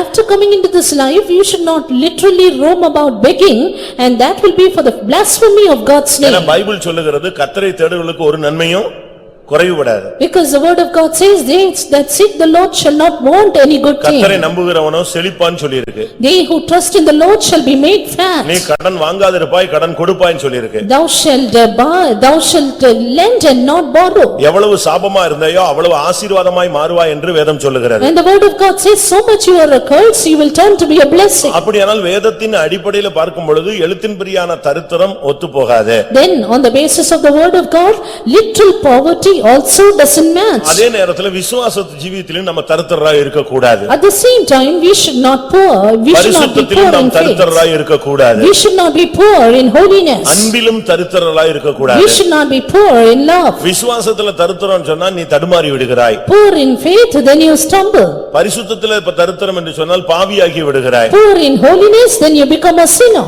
அன்பில் தரித்திரம் என்று சொன்னால் யாரையும் உன்னால் நேசிக்க முடியாது, ஒருத்தனும் உன் கூட வாழ முடியாது. Poor in love, then no one can dwell with you. ஒருத்திய கல்யாணம் கட்டிட்டு அவ வாழலனாலும் அடுத்தவ கட்டினாலும் அவளும் வாழ மாட்டா. ஏன்னா உனக்குள்ள அன்பு இல்ல. And because you have no love in you, no others will come into contact with you. நீ அன்பில ஒரு தரித்திரன். And because you are poor in love. மற்றவனுடைய வேதனை தெரியாதவன் அன்புள்ளவன் என்று சொல்ல முடியாது. A man who doesn't know the pain of others cannot be called loving. இவனுடைய நிலவரம் என்ன? What is your state? ஒன்றுமில்லாத இந்த யோசேப்பை கர்த்தர் இந்த ஸ்தானத்துக்கு கொண்டு வருகிறார். Joseph, who was nothing, was brought to this dignity. உனக்குள்ள இருக்கிற அபிஷேகம் அந்த தன்மையை வைத்து உன்னுடைய தரித்திரத்தை முதலாவது போக்கு. With the anointing that is within you, first of all, get rid of the poverty. அந்த ஒரு குடம் எண்ணெயை வைத்து அந்த பெண் தன்னுடைய தரித்திரத்தை போக்கிக் கொண்டாள். As the girl removed the poverty, the woman removed the poverty by that man. நல்ல நீங்க ஒரு விசுவாசத்துல நீங்க வளர்ச்சி அடையுங்க. And have a good growth in faith. கடன் வாங்க மாட்டேன்னு ஒரு தீர்மானம் எடுங்க. Make a decision not to get debts. கடன் வாங்குற வாழ்க்கை எனக்கு வேண்டாம்னு சொல்லுங்க. And tell the Lord, I do not want a life of debts. நீங்க ஆசீர்வதிங்க. And bless others. ஆண்டவர் ஆசீர்வதிச்சா எப்படி இருக்கும்? If the Lord will bless, what will happen? இடங்கொள்ளாமல் போக மட்டும் நான் உங்களை ஆசீர்வதிப்பேன். I will bless you with and so that there will be no room. ஆசீர்வதிக்கிறேனோ இல்லையோ என்று என்னை நீங்கள் சோதித்து பாருங்க. Prove and see whether I bless you or not. ஒன்றுமில்லாமல் புறப்பட்ட அந்த ஆபிரகாம் செல்வ சீமானாய் மாறினான். That Abraham who came out with nothing finally became a rich man. அவனுடைய ஆஸ்தியை பூமி தாங்க முடியவில்லை. And the earth could not bear his riches. எனக்கு தெரிஞ்சு நாம் பார்த்த தரித்திரர்கள் இன்றைக்கு கோடீஸ்வரர்களா இருக்காங்க. And today many of the poor that I had seen now are become multimillionaires. வைத்தம் வாசல்ல வேலைக்கு மண்ணடிச்சு அந்த மணல்ல படுத்து கிடந்தவன் இன்னைக்கு பெரிய கோடீஸ்வரனா இருக்கிறான். He who was lying down in the sand before the faith now is a multimillionaire. Business ரொட்டேஷனுக்கு பணம் இல்லாம என்கிட்ட காசு வாங்கிட்டு இன்னைக்கு ஒரு கொஞ்சம் கொடுத்தீங்கன்னா இன்னைக்கு இந்த சம்பளத்தை போட்டுருவேன் அப்படின்னு சொல்லி என்கிட்ட காசு வாங்கிட்டு போனவங்க எல்லாம் இன்னைக்கு கோடீஸ்வரனா இருக்கிறாங்க. He who had no money just for a day's rotation in his business now is a multimillionaire. காரணம் என்ன? Reason. ஆண்டவர் அவங்க இருக பிடித்துக் கொண்ட அந்த அடையாளம் அது. That's the sign that they have clung close to God. சரியான பாதையில வந்துட்டான். They have come in the right spot. என் சத்தத்துக்கு செவி கொடுத்து என் கற்பனைகளின்படி நீ நடப்பாயானால் இதில் சொல்லப்பட்ட ஆசீர்வாதம் எல்லாம் வந்து உன்மேல் பலிக்கும். If you hearken to my voice and diligently observe all that I had commanded you, then all these blessings will come to pass. அதுவரைக்கும் அவன் சிறைச்சாலையில ஒரு கைதியாக இருந்தான். Until then he was but a prisoner. இந்த மோதிரம் கையில போட்டதுதான். But the day the ring came into his hand, அடுத்த செகண்ட் ஒரு கமாண்ட் வந்துச்சு. the next second a command came. எப்படி இருக்கும் பாருங்க. And just look at it. ஆதியாகமம் 41:42ல மோதிரம் கையில வருது. Genesis 41:42 says about the ring. 43ல ஒரு வார்த்தை வருது. தண்டனிட்டு பணியுங்கள். 43 comes a word, bow the knee. அவ்வளவுதான். நின்னுகிட்டு இருக்கிற அவ்வளவு ஹை ஆபீசர்ஸும் பொத்துன்னு முகங்குப்புற கீழ விழுந்துட்டான். And even every great rulers, they fell down. இவைகள் நடந்ததுக்கு மணி நிமிடங்கள் தான், ஒரு சில மணி துளிகள் தான் அங்க சம்பவம் மாறினது. It took only drops of hours to change the situation. கலக்கத்துல பார்வோன் உட்கார்ந்து இருக்கிறாரு. Pharaoh was in trouble. இப்போ சிறைச்சாலையில ஒருத்தன் இருக்கான்னு ஒரு செய்தி கிடைக்குது. And he got an information of man in the prison. வேகமா போய் அவனுக்கு ஷேவ் பண்ணி Dress மாத்தி அவனை இழுத்துட்டு வர்றாங்க. Soon went and shaved him and brought him with a new raiment. அவன் வந்த உடனே அவன் விளக்கம் சொல்றான். When he came in, he gave the interpretation. அத கேட்ட உடனே ராஜா அப்படியே உட்கார்ந்துட்டான். The king heard it and stood there. இவனை போல வேற யாரு இருக்கா? Is there any man like him? அடுத்த செகண்ட் தான் கையில இருந்து கலத்தி அவன் கையில போட்டான். Very next second his ring was என்ன given. செய்யறியோ செய்ய. Whatever you want, you can do it. அடுத்த செகண்ட் சொன்னான், ஃபுல் அரசவை அப்படி நிக்குது. சொல்றான் தண்டனிட்டு பணியுங்கள்னு. அவ்வளவு பேரும் பொத்துன்னு முகங்குப்புற விழுந்துட்டான். The very next second he said, bow the knee, and everyone bowed before him. உன்னை மத்தவங்க கனம் பண்ணனும் நீ தேட வேண்டாம். நீ முத்திரை மோதிரமா மாறு. எல்லாம் வந்து உன்னை கனம் பண்ணுவான். You need not search for the honor, but become a signet in God's hand, and everyone will honor you. ஒருவேளை உனக்கு விரோதமா அவங்க பயங்கரமா எழும்பி இருப்பாங்க, அது ஒரு காலம்.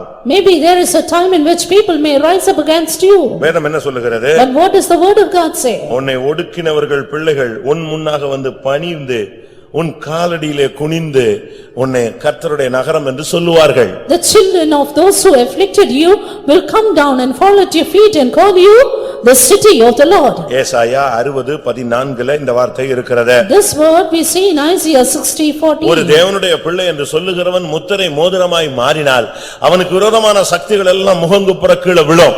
If a child of God will become God's signet, then all other powers will bow down before him. அதுல விழுந்ததுல ஒரு பெரிய பியூட்டி என்னன்னா போத்திபாரு வந்து குப்புற விழுந்தான். And the beauty in that is even Potiphar, he fell before him. அவனை குற்றஞ்சாட்டி அவனை உள்ளதள்ளினவன். He who accused him and put him into the prison. அநியாயமான ஒரு குற்றச்சாட்டுக்கு அப்படியே அந்த பெண்ணோட வார்த்தைக்கு கீழ்ப்படிந்து தூக்கி உள்ள சிறைச்சாலையில போட்டு விட்டான். He who obeyed the words of his wife and falsely accused him and put him in the prison.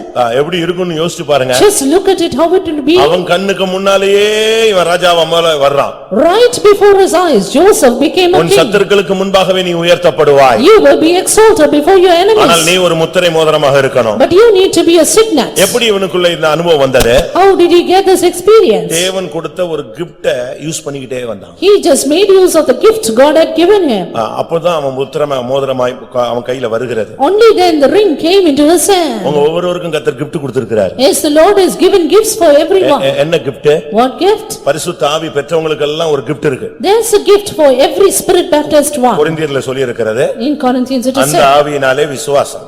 And faith by that அந்த spirit. ஆவியினாலே பிசாசுகளை துரத்துது. And casting out devils by அந்த that ஆவியினாலே spirit. பிணியாளிகளை சுத்தமாக்குது. Healing the sick by that spirit. அந்த ஆவியினாலே ஆவிகளை பகுத்தறிதல். And discerning of spirits by that அந்த spirit. ஆவியினாலே நவமான பாஷைகளை பேசுதல். And speaking in new tongues by that same spirit. அந்த ஆவியினாலே அற்புதங்களை செய்யும் வரம். And working miracles by that spirit. அப்ப நீங்க இங்க உட்கார்ந்து இருக்கிற எல்லாரும் gifted persons. Then all who are seated here are gifted persons. அபிஷேகம் பெற்றுட்டு எனக்கு gift இல்லன்னு சொல்ல முடியாது. Spirit baptized people are not without gifts. நீ படிச்சேன்னா உனக்கு அறிவு இருக்கும். If you study, you will have knowledge. அதுபோல நீ அபிஷேகம் பெற்றா உனக்கு வரம் இருக்கும். So is it if you are anointed, you will have gifts. But நீ அதை யூஸ் பண்றியா?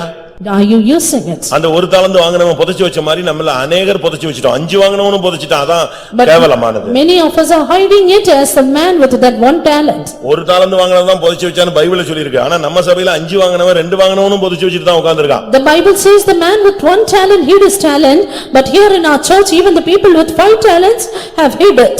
ஏன் உனக்கு அந்த தீர்க்கதரிசனம் எங்க போயிருச்சு? Where went your prophecy? அந்த தரிசனம் எங்க போயிருச்சு? Where went your visions? அந்த பாடுகளின் இந்த வாழ்க்கை எங்க போயிருச்சு? Where went your life of அந்த sufferings? ஆத்துமதாக எங்க போயிருச்சு? Where went your soul's அந்த thoughts? விழிப்பின் ஆவி எங்கே போய்விட்டது? Where went your spirit of அந்த watchfulness? முழங்காலின் ஆவி எங்கே போய்விட்டது? Where went your spirit on knees? அந்த பாடுகளின் சிந்தை எங்கே போய்விட்டது? Where went your life of sufferings? ஆண்டவரை நேசிக்கும் தன்மை எங்கே போய்விட்டது? Where went your life of loving the Lord? இந்த இந்த கிஃப்ட யோசேப்பு ஆபரேட் பண்றான். But Joseph operated this gift. வீட்ல இருக்கும் பொழுது அவனுடைய கிஃப்ட் வந்து சொப்பனம் பார்ப்பது. His gift was dreaming while at home. ஆனா ஜெயிலுக்கு வந்த பின்பு அவனுடைய கிஃப்ட் வந்து மற்றவங்களுடைய சொப்பனத்துக்கு விளக்கம் சொல்லுவது. But after coming to the prison, his gift was interpreting the dreams of others. அந்த ஆவியினாலே வியாக்கியானம் பண்ணுதல் அப்படிங்கிற ஒரு கிஃப்ட் இருக்கு. And to others, interpretation by the same spirit. நான் இங்க வந்து அதை கேட்கலன்னு நினைக்கிறேன், பார்க்கலன்னு நினைக்கிறேன். I think I have not seen it here. ஒரு ஆள் அந்நிய பாஷை பேசுவாங்க, ஒரு ஆள் தமிழ் பேசுவாங்க. One will speak in unknown tongue, the other person will interpret it. அதான் வியாக்கியான வரம். That is spirit of interpretation. அவ்வளவு தெளிவா தீர்க்கதரிசனம் வரும் வெளியே. And such a clear prophecy will come out. அப்படி நான் இருந்த சபைகள்ல இருந்திருக்குது. In the churches where I had been, I had seen it. ஊழியர்கள் கூட்டங்கள் அப்படி பார்த்திருக்கிறேன். I had seen it in the workers meetings. அவங்க கிஃப்ட நீங்க ஆபரேட் பண்ணணும். Yes, operate that gift. முதல்ல சொப்பன வரம் இருந்தது, ஆனால் காலப்போக்கில் அதையும் அழித்து விடாமல் அதை டெவலப் பண்ணி சொப்பனத்துக்கு விளக்கம், ராஜாக்களுடைய சொப்பனங்களுக்கு விளக்கம் கொடுக்கிறவனாய் மாறினான். அதுதான் இவன் கையில முத்திரை மோதிரத்தை கொண்டு வந்தது. First he had the gift of dreams, but he did not lose it, but made use of it, developed it to the gift of interpretation, and finally got the ring in his hand. நம்மள ஒரு சிலர் சொல்லுவாங்க, நான் அந்த அக்கா சொப்பனம் பார்த்தா அது அப்படியே நடக்கும். Some of us would say, if that sister would dream, it will happen. அவங்க செத்து போற மாதிரி பார்த்துட்டா செத்தே போயிடுவாங்க. ஏன்னா உயிரோட எழும்புற மாதிரி பாரு. If she sees they are dying, they will die. Then see, at least they are rising up. அவங்க உயிரோட எழும்பிடுவாங்களே. And then they will rise up. அப்ப நமக்கு என்னைக்கோ ஒரு சான்ஸ்ல ஒரு ஏதாவது ஒரு சொப்பனம் வருது, புதுசா வருது. Therefore by chance, some or the other time we get a new dream. gift நீங்க டெவலப் பண்ணி பாருங்க. But try to develop your gift. கர்த்தர் வார்த்தைகளை கொடுப்பார். God will give you words. வெளிப்படுத்தல்களை கொடுப்பார். God will give you revelations. என்னாகம 12ஆம் அதிகாரத்துல கர்த்தர் மோசேயை குறித்து பேசும் பொழுது, Numbers 12, the Lord speaks about Moses. உங்களில் ஒருவன் தீர்க்கதரிசியா இருந்தால் நான் சொப்பனத்தின் வாயிலாவது தரிசனத்தின் வாயிலாவது நான் மறைபொருளாவது நான் வெளிப்படுத்துவேன். If there be a prophet among you, I the Lord will make myself known unto him in a vision and will speak unto him in a dream. ஆனால் மோசே என்னை முகமுகமாய் காண்கிறான். But my servant Moses sees me apparently. நான் அவனிடத்தில் மறைபொருளாய் அல்ல, முகமுகமாய் பிரத்யட்சமாய் பேசுகிறேன். Not in dark speeches, but I speak apparently to him. நீங்க நல்லா பிரேயர் பண்ணி பாருங்க. Pray nicely and see. மறைபொருளா கர்த்தர் பேசவே மாட்டாரு. God will not speak in dark speeches. டைரக்டா பேசுவார். He will have a direct communication. ஒரு சிலருக்குலாம் இந்த இப்படி ஒரு சொப்பனம் பார்த்தேன், அதுக்கு என்ன அர்த்தம் அப்படிமாங்க. Some people will say, I saw a dream like this, what is the meaning? அப்படி கேட்டவங்களுக்குலாம் நான் ஒரு வசனம் சொல்லியிருக்கேன், சொப்பனம் கண்ட தீர்க்கதரிசி சொப்பனத்தை விவரிக்கணும், அவனே தான் சொல்லணும். And then I give the verse to them saying, the prophet who saw the dream will also interpret for it. ஆனா சரியான தேவனுடைய பிள்ளைகளுக்கு கர்த்தர் பிரத்யட்சமா டைரக்டா பேசுறார். But to right children of God, the Lord has a direct speech. உனக்கு ஒரு ஆம்பளை பிள்ளை பிறக்கும், You will have a son born அவனுக்கு to you, இந்த பெயர் வைப்பாயாக, and keep this name for him, உனக்கு இந்த கம்பெனில வேலை கிடைக்கும், and he will get the job in this company. உனக்கு இந்த பிசினஸ் தருவேன், You will get a business here. உன்னை இந்த இடத்துல கொண்டு போய் நான் ஸ்பாட்ல வைப்பேன். I will make you smart in this place. ஒரு பெண்ணுக்கு வயசாயிடுச்சு, ஆனா விவாகத்துக்கு யாரும் ஒழுங்கு பண்ணல, காரணம் வசதி இல்ல. A girl crossed her age for a marriage, but she did not have proper conveniences, therefore nobody married her. அப்படி மாப்பிள்ளை வந்தா அம்மா அப்பாவுக்கு கொடுக்கிறதுக்கு பணமும் கிடையாது. And even if such a husband would come, parents did not have the money to give him. ஒத்தைக்கு ஒரே பொண்ணு, So the only girl, அம்மா அப்பா வயசானவங்க, and parents were aged, ரெண்டு பேரும் sick persons. both were sick. அவங்களுக்கு இவளுக்கு கிடைக்கிற சம்பளமே 7000 ரூபாய். The salary she got was just rupees 7,000. வாடகை கொடுக்கணும். They have to pay the rent. அம்மா அப்பா நல்ல விசுவாசிகள் கிடையாது, அதனால அவங்களுக்கு மெடிசனுக்கு யூஸ் மெடிக்கல் வாங்கி ஷாப்ல வாங்கி மருந்து வாங்கி கொடுக்கணும். Parents were not good believers, therefore medication was essential. வேலைக்கும் போகணும். She had to go to the job. சோறும் சாப்பிடணும். And even give them food. இந்த 7000 ரூபாயில என்ன பண்ண முடியும்? What could she with this 7,000? அவ physiotherapist. And she was a physiotherapist. அதனால கிடைக்கிற டயத்துல எங்கயாவது போய் ஏதாவது குழந்தைகளுக்கு பிசியோ ஹெல்ப் பண்ணுவா. Time she got leisurely, she could help some others. அதனால கடன் ஏறி போயிடுச்சு. Because of that, the debts kept rising. அதனால விவாகம்ங்கறத மைண்ட்ல கொண்டு வர முடியாது. And she could not bring in marriage before her. அப்படி ஒரு ஆசையை மனசுல வளர்த்துக்கிட்டு குழம்ப கூடாது. And you should not not bring forth such a desire and then finally lament. அதனால அவ அத மைண்ட விட்டு அப்படியே ஒதுக்கி அவாய்ட் பண்ணிட்டா. Therefore she avoided such a dream, such a life. அவ மைண்ட் எல்லாம் இவங்களை எப்படி கரை சேர்க்கிறது, அதே நேரத்துல கடனை எப்படி ஓய்க்கிறது. Her mind was all to look after her parents and to put off her debts. அந்த சபையில இருந்த 2-3 ஊழியக்காரங்க அப்பப்ப ஏதாவது கொஞ்சம் ஹெல்ப் பண்ணுவாங்க. There were 2 or 3 servants of God in the church at times helped her. ரொம்ப நெருக்கமான சூழ்நிலையில அவ யார்ட்டையா சொல்லி அழுதான்னா உடனே யாராவது ஒரு 2-3 ஊழியக்காரங்க சேருவாங்க. ஆளுக்கு 2000 5000 அப்படி போட்டு அந்த வட்டி கடன்ல இருந்து அவளை வெளியே கொண்டு வருவாங்க. வட்டி நெருக்கத்துல இருந்து. When she was very afflicted, she would cry to the servants of God and they would give her the money to come out of the interest. எப்படி இருக்கும்னு யோசிச்சு பாருங்க. Just think how it இதுல போய் கல்யாணத்தை பத்தி யோசிக்க முடியுமா? எவங்கடையாவது பல்ல காட்டுறது, சிரிக்கிறது, போறது, சேட்டிங், டேட்டிங், நெட்டிங் இதெல்லாம் போக முடியுமா? And she can never imagine of enjoying her life with somebody else and going for chatting and things like that. அழகு இருக்கு, அழகு இருக்கு, She had the beauty, அறிவு இருக்கு, knowledge, ஆஸ்தி இல்ல. but no riches. என்ன பண்ண முடியும்? What to do? யாராவது ஊழியக்காரங்க போய் பிரயாசப்பட்டாலும் ஊழியக்காரங்களும் நீங்க எவ்வளவு செய்றீங்கன்னு கேக்குறாங்க அப்படின்னு இவங்களும் அதுல சைட் சப்போர்ட்ல தான் போறாங்க. Even if she went to the servants of God, they say, how much will you give? And they went like that. ஒண்ணு இல்ல, உடனே ஸ்தோத்திரம், அந்த பையனுக்கு வேற ஏதோ பார்த்துட்டாங்களாம். When they saw she had nothing, they said, the boy has some other girl. எப்படி இருக்கும்னு யோசிச்சு பாருங்க. Just think how her life would have been. ஆனா இவைகளுக்கு மத்தியில அவளுக்கு கிஃப்ட் உண்டு.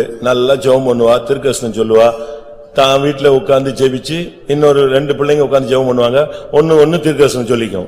But amidst all that, she had a good gift of prayer, a good gift of prophecy. She would pray in her house with 2 other children. நான் எதுக்கு சொல்றேன்னா, முந்திய நாட்கள்ல வீடு எரிஞ்சு போன மாதிரி சொப்பனம் பார்ப்பாங்க இந்துக்கள்ல. அப்ப உடனே சொல்லுவாங்க, எங்க வீட்டுல ஒரு கல்யாணம் நடக்க போகுது. பையன் இருந்தா தானே, பொண்ணு இருந்தா தானே கல்யாணம் நடக்கும். In the earlier days, the Hindus would see dream of house burning up and soon there will be marriages in that house. அப்படிலாம் பார்ப்பாங்க. They would see like that. அப்படி ஒண்ணு மறைபொருளா இப்ப பேசுறது இல்ல, கத்தரிப்ப டைரக்டாவே பேசுறார். But God is not speaking in dark speeches, he is having a direct speech. இப்ப வயசு போய்கிட்டே இருக்கு அந்த பிள்ளைக்கு. Now the girl is crossing her age. அந்த பேரண்ட்ஸ்க்கு அந்த பிள்ளைக்கு ஏதாவது செய்யணும்ங்கற மனப்போக்கம் இல்ல, காரணம் அவங்களால முடியல. The parents were unable, so did not have the maturity to get her married. அவளுக்கு மேரேஜ் பண்ணனும்னு ஆசைகளை துளிர் விட வைக்க அவளுக்கு விருப்பம் இல்ல, ஏனா அது காணல் நீர்.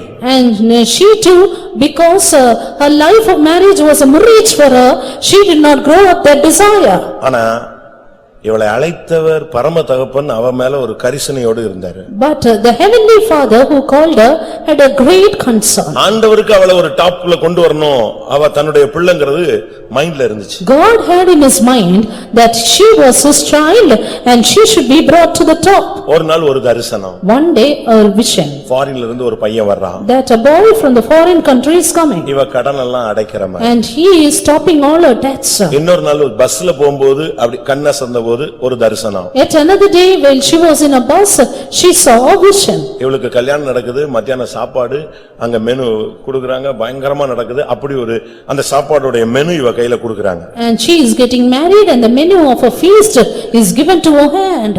இப்படி எல்லாம் இவளுக்கு சொப்பனம் தரிசனம் வந்துகிட்டே இருக்கு. Such a good dreams and visions she had. இதுக்கு மத்தியில அதே மாதிரி வந்தான் ஒரு பையன்.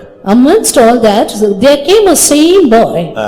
அவன்ட்ட அந்த ஊழியக்காரர் சொன்னாரு, And the servant of God said to him, நீ கல்யாணம் கட்ட போறியா? Are you getting married? இப்படி ஒரு பெண் இருக்கு. Such a girl is here. நீ எதிர்பார்த்த படிப்பு இருக்கு. Then education is there. நீ எதிர்பார்த்த அறிவு இருக்கு. The knowledge that you expect is there. நீ எதிர்பார்த்த அழகு இருக்கு. The beauty that you expect is with her. நீ எதிர்பார்த்த ஆன்மீகமும் இருக்கு. And even the spirituality is with her. ஆனா எது கிடையாது? But what? ஆஸ்தி கிடையாது. No wealth. அதுக்கு பதிலா Instead of that, இந்த பொண்ண உனக்கு பிடிச்சு நீ கல்யாணம் கட்டினீன்னா, if you like this girl and marry with her, 2 லட்சம் ரூபாய் கடனை நீ அடைக்கணும். you have to pay 2 lakhs of debts. அடுத்து Next. அவளை நம்பித்தான் அந்த 2 ஜீவன் இருக்கு, அம்மா அப்பான்னு. And her parents are trusting her. அவங்க சாகுற வரைக்கும் அவங்களுக்கு சாப்பாட்டுக்கு நீ கொடுத்து வாடகை கொடுத்து சாகுற வரைக்கும் அவங்கள பராமரிக்கணும். Therefore, until her death, you have to keep them up and maintain them. இப்போ ஒரு கண்டிஷனை இப்படி மதுரை விசுவாசிக்கு வச்சா கூட்டத்துக்கு கூட வர மாட்டான். ஏய் இப்படி ஒரு பொண்ணை பிடிச்சு நம்ம தள்ள கட்டிடுவான்டான்னு ஓடியே விடும். If such a condition is kept before the Madurai believers, they will just run away saying such a thing should not happen. ஏன்னா இவன் ஒரு 32 வச்சிருக்கான். எல்லாரும் 10 குவாலிஃபிகேஷன் வச்சா இவன் 32 எக்ஸ்பெக்டேஷன் வச்சிருக்கான். Because these people have 32 expectations instead of 10 with others. எழுதி கொடுக்கும்போது வீட்டிஷ் பிளாக்கிஷ் ஒயிட்டிஷ் என்னெல்லாமோ எழுதுறான். And right when they give the biodata, they say they should be wheatish, blackish and whitish. அப்படிதானே? அப்படிதானே? உண்மையா இல்லையா? என்கிட்டயே 72 இருக்கு. I have so many with me. இவங்க வீட்டிஷா, அதனால இவங்களுக்கு வர்றது ஒயிட்டிஷா வரணும். அதாவது கோதுமை நிறமா. This person is wheatish, therefore they need a whitish person. அப்போ அந்த பையன்ட்ட இதெல்லாம் சொன்னாங்க. And they told this to the boy. அவன் சொன்னா, நான் ஆஸ்திரேலியால இருக்கிறேன், நான் அவ போட்டோவை பார்த்துட்டு நான் பேசுறேன்னு சொன்னான். And the boy said, I am in Australia and let me look at a photo and speak. திருப்பி பார்த்தான், ஓகே பண்ணா. Again he looked at it, he said okay to it. வந்தான், He came, விசாரித்தான். he inquired. ஊழியக்காரங்க சொன்னது அப்படியே இருந்துச்சு. And the servant of God, what they said was as such. அழகு இருக்கு, அறிவு இருக்கு, ஆன்மீகம் இருக்கு, என்ன கிடையாது? ஆஸ்தி கிடையாது. Beauty, knowledge, spirituality is there but no riches. அவன் சொன்னான், எனக்கு அது இருக்கு. He said, I have that. எதிர்பார்க்கிற ஆஸ்தி என்கிட்ட இருக்கு. Expected riches is with me. சும்மா ஒரு செக் எழுதி கொடுத்து 2 லட்சம் ரூபாய் கடன் அடைச்சிட்டான். And he simply gave a check of 2 lakhs and closed her debts.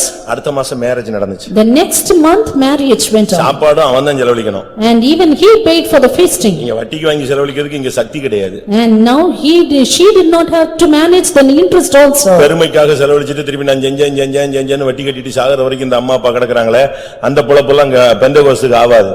And parents are there until their death saying they have to pay so much of debts, but such things cannot go in Pentecostal life. அவன் தான் அதையும் செய்யணும். But he had to pay even for that. அவன் வந்தான். He came, ஒரு ஹோட்டல்ல போய் எல்லா ஆர்டரும் கேட்டான். went to a hotel and asked for things. அந்த மெனு எடுத்துட்டு இவட்ட கொடுத்தான். He took the menu and gave it to the girl. இத நம்ம மேரேஜுக்கு போடலாம்னு நினைக்கிறேன், சாப்பாடு பாறேன். I think we can have this menu for our feasting. வாங்கி பார்த்தா, When she looked at it, அப்படி இந்த பிள்ளை பார்த்த அந்த பஸ்ல, டவுன் பஸ்ல வரும்போது அசந்த போது பார்த்த அதே மெனு அப்படியே டிட்டோவா அடிச்சு கையில கொடுத்தாங்க. she gave a glance over the menu and that was the same as she saw the vision in the bus. அவ அந்த தரிசனத்தை பார்த்துட்டு நேரா போய் சிஸ்டர் எஸ்தர் பீட்டர்ட்ட சொன்னா, இப்படி ஒரு தரிசனம் பார்த்தேன். And the other day she saw the vision and went to Sister Esther Peter and said, I saw this vision. அப்ப அவங்க சொன்னாங்க, எப்பல உன் வாழ்க்கையில இது நடக்கும்ல. Then she said, it will happen in your life. கனவுல நடக்கும். கனவுல பார்த்திருக்கானே, என்ன செய்யாது, நடக்கிறதுக்கு வாய்ப்புகள் கிடையாது. I saw it in my dream but there are no ஆனா chances. தேவன் ஒன்றை சொன்னால் வானமும் பூமியும் ஒளிஞ்சாலும் அதை என்ன செய்வாரு, நிறைவேற்றுவார். But if God would say one thing, heaven and earth may இத pass பார்த்து away. அப்படியே அழுதுகிட்டே இருந்தான். அவன் பார்த்தான், ஏன் அழுகுற, என்ன தப்பா இருக்கா, வேற ஏதாவது மாத்துவோமான்னு. இல்ல, நான் பார்த்தது ஆண்டவர் எனக்கு காட்டினது. When she glanced over the menu, she was crying. Then he asked why she was crying. ஊழியத்துக்கு தான் தெய்வம் அழைப்பார்னு நினைக்காதீங்க. கல்யாணம் இருந்தாலும் கூட கர்த்தர் உன்னை நேசிக்கிறார், உனக்கு எல்லாம் கிளியர் பண்ணுவார். And therefore even for the wedding, God loves you and God will clear your matters. சியோனுக்கு மட்டும் தான் கர்த்தர் அழைக்கிறார் இல்ல, எருசலேமும் அதுக்கு தம்பி தான். அதனால அதையும் சேர்த்து தான் அழைக்கிறார். 2 இரட்டை பிள்ளைகள் தான், ட்வின்ஸ் தான்.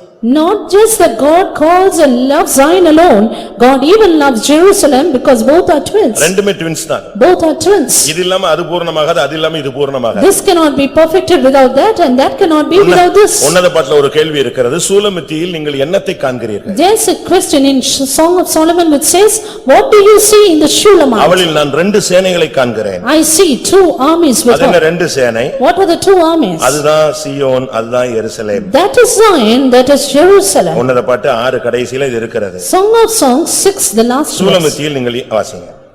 சூலமத்தியில் நீங்கள் என்னத்தை பார்க்கிறீர்கள்? அவள் 2 சேனையின் கூட்டத்துக்கு சமானமானவள். Return, return, O Shulamite, return, return, that we may look upon thee. What will ye see in Shulamite, as it were the company of 2 அது armies? 2 சேனை. 2 armies. ஒன்று சியோன், மற்றொன்று எருசலேம். One Zion, the other Jerusalem. ரெண்டுமே ஆண்டவருடைய 2 கண் மாதிரி. Both are these like 2 eyes of God. அதனால அவர் ஒரு கண்ணுல சுண்ணாமும் ஒரு கண்ணில வெண்ணையும் வைக்கிற ஆள் கிடையாது. Therefore he is not the one who will have slime in one eye. சியோனுக்காக எப்படி வைராக்கியமா இருக்கிறாரோ அதே மாதிரி எருசலேமுக்காகவும் நான் கடும் உக்கிரமான வைராக்கியம் கொண்டிருக்கிறேன். As the Lord is jealous over Zion, the Lord is furious over Jerusalem. ஊழியத்துக்கு எப்படி அழைப்பு பராமரிப்பு இருக்கோ அதுவே போல உன்னுடைய குடும்ப வாழ்க்கைக்கும் கர்த்தர் அந்த பராமரிப்பை வைத்திருக்கிறார். As there is a calling and maintenance for the workers, so the Lord has kept to maintain Jerusalem. அதனால நம்ம பிள்ளைகளை பத்தி யார் கரிசனை எடுக்கிறா, அண்ணன் பொறுப்பெடுக்க மாட்டேங்கிறான், அப்பா குடிகாரனா இருக்கிறான், பிள்ளை இப்படி இருக்கு, பையன் அப்படி இருக்கான், அப்படிலாம் நீ கவலைப்படாத. ஒரு தகப்பன் இருக்கிறார், அவர் எல்லாவற்றையும் பொறுப்பெடுப்பார். Therefore you need not worry about your children, then they have nobody, but there is a heavenly Father who will care for everything. கர்த்தர் பாருங்க, இவனுடைய கிஃப்ட் ஆபரேட் பண்ண வச்சு இவனை உயர்த்தி, இது மூலமாக முழு தேசமும் மாத்திரமல்ல இவங்க குடும்பமும் அதுல வளமாக மாறினது. The Lord made here Joseph to operate the gift that not only him but his whole family may be nourished. நீ தேவனுடைய கையில் முத்திரை மோதிரமாய் மாறுவாயாக. Turn to become a signet in God's hand. நீ உன் கையில ஒரு முத்திரை மோதிரத்தை பெற்றுக்கொள்வாயாக. And receive a ring in your hand. Esther 8ஆம் அதிகாரம் 2ஆம் வசனம். Esther 8:2. ராஜா ஆமானின் கையிலிருந்து வாங்கி போட்ட தம்முடைய மோதிரத்தை எடுத்து அதை மொர்தெகாய்க்கு கொடுத்தான். And the king took off his ring which he had taken from Haman and gave it unto Mordecai. ராஜா தன்னுடைய முத்திரை மோதிரத்தை ஆமான் கையிலே போட்டு வைத்திருந்தான். The king took off his ring which he had put upon Haman. இந்த ஆமான் என்னெல்லாம் பண்றானோ அதெல்லாம் சக்சஸ் ஆகிட்டே போயிட்டு இருக்கு. And at that time whatever Haman did was successful. அந்த யூதரை அழிக்கணும்னு அவன் ஒரு முடிவு பண்ணிட்டான். And he had put a decision to destroy the Jews. ராஜாட்ட கேட்டபோது ராஜா முத்திரை மோதிரத்தை கொடுத்து நீ சீல் பண்ணி அவனை கொன்றுன்னு சொல்லிட்டான். And then the king said, "You take the ring and seal it." அந்த முத்திரை மோதிரம் கையில வந்ததில இருந்து அவன் எழுதுனதெல்லாம் சக்சஸ் ஆகிட்டே போயிட்டே இருக்கு. Right from the time the ring came into Haman's hand, everything was successful. ஆனா இங்க என்ன நடந்தது? But here what happened? ஆண்டவர் அந்த முத்திரை மோதிரத்தை அப்படியே மொர்தெகாய் கையில கொண்டு வர்றாரு. The Lord just brought the ring into the hand of Mordecai. பிரியமானவர்களே, நீங்கள் முத்திரை மோதிரமாய் மாறினால் நீங்கள் ஜனத்தை மீட்கலாம். Beloved, if you become a signet, you can redeem the people of God. உன்னையும் உன் குடும்பத்தையும் உன் சமுதாயத்தையும் உன் சபையையும் உன் தேசத்தையும் அழிவிலிருந்து மீட்கும்படியாக நீ ஒரு முத்திரை மோதிரமாய் மாற வேண்டும். Turn to become a signet in God's hand that you may redeem yourself, your people, your family and the church from the hand of the destroyer. அந்த முத்திரை மோதிரம் இவன் கையில் வந்த பின்புதான் ஒரு பெரிய அழிவிலிருந்து அவனுடைய சமுதாயம் மீட்கப்பட்டது. After the ring came into the hand of Mordecai, the society was delivered from a destruction. மரணம் நியமிக்கப்பட்டிருந்த ஒரு நாள் உண்டு. There was a day when death was appointed for the அது ஒரு Jews. குறிக்கப்பட்ட மனிதனுக்கு மாத்திரமல்ல, Not only just for one man, முழு யூதகுலத்துக்கும் ஒரு அழிவின் நாள் நியமிக்கப்பட்டிருந்தது. but a day of destruction for the whole Jews. ஆனால் கர்த்தர் அதை மாற்றினார். But the Lord changed it. உன்னையும் உன் குடும்பத்தையும் உன்னுடைய ஜனங்களையும் அழிக்கும்படியாக பிசாசு சபதம் போட்டு ஒரு டேட் வச்சிருப்பான். ஆனா அந்த டேட்ல நீ மரிக்க மாட்டாய். உன்னுடைய காலங்கள் தேவனுடைய கரத்தில் இருக்கிறது. The devil has put a challenge to put you to death, you and your family, but you will not die in that date. Your time is in God's hand. இவன் தன்னுடைய அந்த முத்திரை மோதிரத்தை இவன் கையில வந்த உடனே அந்த ஜீவவை அப்படியே மாத்திட்டான். The moment the ring came into his hand, he turned the decree. காரியம் மாறுதலாய் முடிந்தது என்று வேதம் சொல்லுகிறது. The word of God says the thing became contrary. உனக்கு விரோதமான ஜட்ஜ்மென்ட் மாறணும்னு சொன்னா இன்னைக்கு நீ உன் கையில ஒரு மோதிரத்தை நீ கொண்டு வர, முத்திரை மோதிரத்தை நீ கொண்டு வர வேண்டும். If judgment against you should change to be contrary, you should bring a ring in your hand. ஒரு பெரிய நியாய தீர்ப்பு, ஒரு பெரிய அழிவு, ஒரு பெரிய மரணத்தின் ஓலம், இவைகளுக்கு மத்தியிலே ஜீவனின் ஒரு தன்மையை தேவன் கொண்டு வந்தார். Here the Lord brought about the life amongst the great lamentation, the great destruction and death. பிரியமானவர்களே, நீங்கள் ஒரு முத்திரை மோதிரமாய் மாறினால் உங்களுக்கு பதிலாக ஆத்துமாக்கள் சபையிலே கிடைப்பார்கள். Beloved, if you become a signet in God's hand, there will be souls in the church. உனக்கு பதிலாக ஜனங்கள் உன் ஜீவனுக்கு ஈடாக மனுஷர்களை கர்த்தர் தருவார். The Lord will give men for thee and people for your life. இவ்வளவு பெரிய ஹால் இருக்கு, இன்னும் இந்த சைடு சும்மா தான் கிடக்கு, இன்னும் ஒரு 2000 அடி சும்மா தான் கிடக்கு. The either side of the hall and before the hall, the place is empty, vacant. நீங்க எல்லாரும் தேவனுடைய கையில உள்ள முத்திரை மோதிரமாய் மாறுங்க. But all of you turn to become a signet in God's hand. 1:1 அடுத்த வாரம் நீங்க கூட்டுவாங்க, எவ்வளவு crowd வருதுன்னு பாருங்க. And bring one more with you and then you can see the crowd. அடுத்த வாரம் அவங்க 1:1 கூட்டுவாங்க. And the next week they will bring one more. அப்படினா என்ன இருக்கும்? Then how much? ஒரு 2 மாசத்துக்குள்ள இந்த இடம் காணாதே. Within 2 months this place will not be நீ sufficient. ஒரு முத்திரை மோதிரமாய் இருந்தால் ஜனத்தை நீ மீட்பாய். If you are a signet, you will redeem the people. அழிந்து போகிற ஆத்துமாக்களை குறித்து உனக்கு ஒரு பாரம் இருக்கும். You will have a burden for perishing souls. பாவத்திலும் சாபத்திலும் அக்கிரமத்திலும் அநியாயத்திலும் அழிந்து கொண்டிருக்கிற மனிதகுலத்தை குறித்த ஒரு பாரம் இருக்கும். You will have the burdens for the perishing mankind. ஒவ்வொரு மனிதனுக்காகவும் இயேசு மரணத்தை ருசி பார்த்தார். Jesus tasted death for every man. ஒவ்வொரு மனிதனுக்காக மரணத்தை உத்தரித்தார் என்று சொல்லி இருக்கிறார். It is said Jesus abolished death for every man. அப்படியானால் நீ உன் கையில ஒரு மோதிரத்தை நீ கொண்டு வந்தா ஒரு பெரிய அழிவில் இருந்து மதுரையை மீட்கலாம். Therefore if you bring a ring into your hand, you can redeem Madurai from a great destruction. அடுத்து இந்த மோதிரம் என்பது ஒரு காணிக்கையை காண்பிக்கிறது. Nextly the ring shows an offering. யாத்திராகமம் 35:22. Exodus 35:22. இல்லாவிட்டால் என்னாகமம் 31:50. Or Numbers 31:50. இந்த ரெண்டுல வாசிங்க, ஏதாவது ஒன்னு எடுங்க. 31:50, என்னாகமம் 31:50. ஆகையால் கர்த்தருடைய சந்நிதியில் எங்கள் ஆத்துமாக்களுக்காக பாவ விருத்தி செய்யும் பொருட்டு எங்களுக்கு கிடைத்த பொற்பணிகளாகிய பாதசரங்களையும் அஸ்தகடகங்களையும் மோதிரங்களையும் காதணிகளையும் காப்புகளையும் கர்த்தருக்கு காணிக்கையாக கொண்டு வந்தோம் என்றார்கள். We have therefore brought an oblation for the Lord what every man had gotten of jewels of gold, chains and bracelets, rings, earrings and tablets to make an atonement for our souls before the Lord. நீ ஒரு முத்திரை மோதிரமாக மாறினால் நீ கர்த்தருக்கு காணிக்கையாக மாறுவாய். If you become a signet in God's hand, you are an offering. நாம் தான் தேவனுடைய காணிக்கை. We simply are the offering ஒருவேளை for நீ God. கொடுக்கிற பணம் ஒரு காணிக்கையாக இருக்கலாம். Maybe the money you give is an offering. ஆனா இந்த மார்க்கத்துல வந்த பின்பு நீதான் கர்த்தருக்கு தேவை. But after coming into this path, you are needed for the Lord. நீயே உன்னை நீயே காணிக்கையாக கொடுக்க வேண்டும். You yourself should be offered up as an offering. எபேசியர் 5:2ல பார்க்கும் பொழுது Turning to Ephesians 5:2. இயேசுவை பத்தி பைபிள் என்ன சொல்லுகிறது? What is it said about Jesus? கிறிஸ்து நமக்காக தம்மை தேவனுக்கு சுகந்த வாசனையான காணிக்கையாகவும் பலியாகவும் ஒப்புக்கொடுத்து தேவனுக்கு தன்னை சுகந்த வாசனையான காணிக்கையாக ஒப்புக்கொடுத்தார். He offered himself as an offering for a sweet smelling savor unto God. எப்பொழுது நீ ஒரு முத்திரை மோதிரமோ அப்பொழுது நீ ஒரு காணிக்கையாக மாறிவிடுகிறாய். The day you are a signet, the same day you are an offering. உன் வாழ்வு ஒரு காணிக்கை போல இருக்க வேண்டும். Your life should be an offering for God. காணிக்கை நசல் கொண்டதா இருக்க கூடாது. And your offering should not be with blemish. காயம்பட்டதாக இருக்க கூடாது. It should not be wounded. அங்கவீனமாக இருக்க கூடாது. It should not be short. காணிக்கை என்பது மனப்பூர்வமாக இருக்க வேண்டும். And your offering should be willing. உன்னையும் உன்னுடைய பிள்ளைகளையும் தேவனுக்கு நீ காணிக்கையாக அப்படியே அர்ப்பணிக்க வேண்டும். Offer you and your children as an offering to God's hand. உன்னுடைய பணம் ஊழியத்துக்கு உபயோகப்படலாம் ஆனால் நீ தேவனுக்கு உபயோகப்பட வேண்டும். Your money may be useful for the ministry but you for the Lord. அடுத்ததாக இன்னொரு விதத்துல அப்படியே இந்த வியூல இருந்து அடுத்த வியூவுக்கு நாம் திரும்புவோம். Nextly, let us turn to another view from this.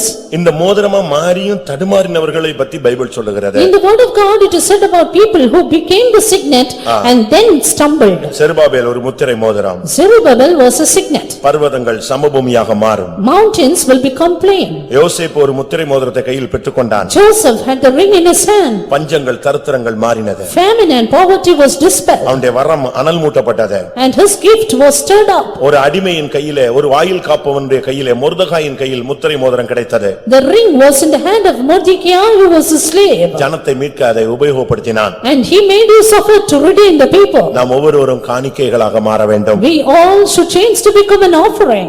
அடுத்து இன்னொரு வியூல In another view. எசேக்கியேல் 28:12 பார்க்கும் பொழுது Turning to Ezekiel 28:12.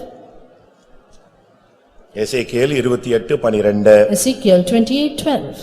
மனுபுத்திரனே, நீ தீரு ராஜாவை குறித்து புலம்பி அவனை நோக்கி, கர்த்தராகிய ஆண்டவர் உரைக்கிறது என்னவென்றால், நீ விசித்திரமாய் செய்யப்பட்ட முத்திரை மோதிரம். போதும். Son of man, take up a lamentation upon the king of Tyrus and say unto him, Thus saith the Lord God, Thou sealest up the sum, full of wisdom and perfect in beauty. இங்கே தீரு புத்திர ராஜாவை குறித்து சொல்லி இருக்கிறார். About the king of Tyrus it is said. இதுல ரெண்டு பேர் மறைஞ்சிருக்கிறாங்க. ரெண்டு பேர் இருக்கிறார்கள். There are two people here. ஒன்று தீரு ராஜா, மற்றொன்று அபிஷேகம் பண்ணப்பட்ட விழுந்து போன cherub. One is king of Tyrus, the anointed, another thing is anointed cherub. விழுந்து போன தூதனையும் அவனால விழுந்த ஒரு ராஜாவையும் குறித்து 12-14 இந்த வசனங்கள்ல பார்க்கலாம். Verses 12 and 14 it is said about the fallen angel and the king who fell because of him. அபிஷேகம் பண்ணப்பட்ட கேரூப் அவன் ஒரு முத்திரை மோதிரம். Anointed cherub, he was a signet or a ring. ஆனால் அதை அவன் சரியான விதத்தில் உபயோகப்படுத்தாமல் பெருமையினாலே விழுந்து போனான். But he did not make a right use of it but fell down because of pride. அது அவனுடைய வீழ்ச்சிக்கு காரணமாகி விட்டது. That was simply the reason for his fall. இதே தீரு ராஜாவும் அதே பெருமைக்கு இடம் கொடுத்தான். This same king of Tyrus gave place to the same pride. இதுதான் அவனுடைய வாழ்க்கையின் வீழ்ச்சி. That is the fall of his life. பிரியமானவர்களே, நம்முடைய வாழ்க்கையில நாம் முத்திரை மோதிரமாக இருக்கும் பொழுது ரொம்ப கவனமாக இருக்கணும். Beloved, when we are signet in our life, we should be very careful. வரங்கள் தாளந்துகள் கிரியை செய்யும் பொழுது நீங்க ரொம்ப தாழ்மையாய் மாறணும். When gifts and talents are at work, work, we need to be very humble. நிற்கிற எவனும் விழுந்து போகாதபடி எச்சரிக்கையா இருக்க கடவுள். Everyone that standeth, let him beware lest he fall. வசதி பணங்கள் கூடும் பொழுது கொஞ்சம் தாழ்மையாக இருந்து பழகணும். When you have wealth and riches abundantly,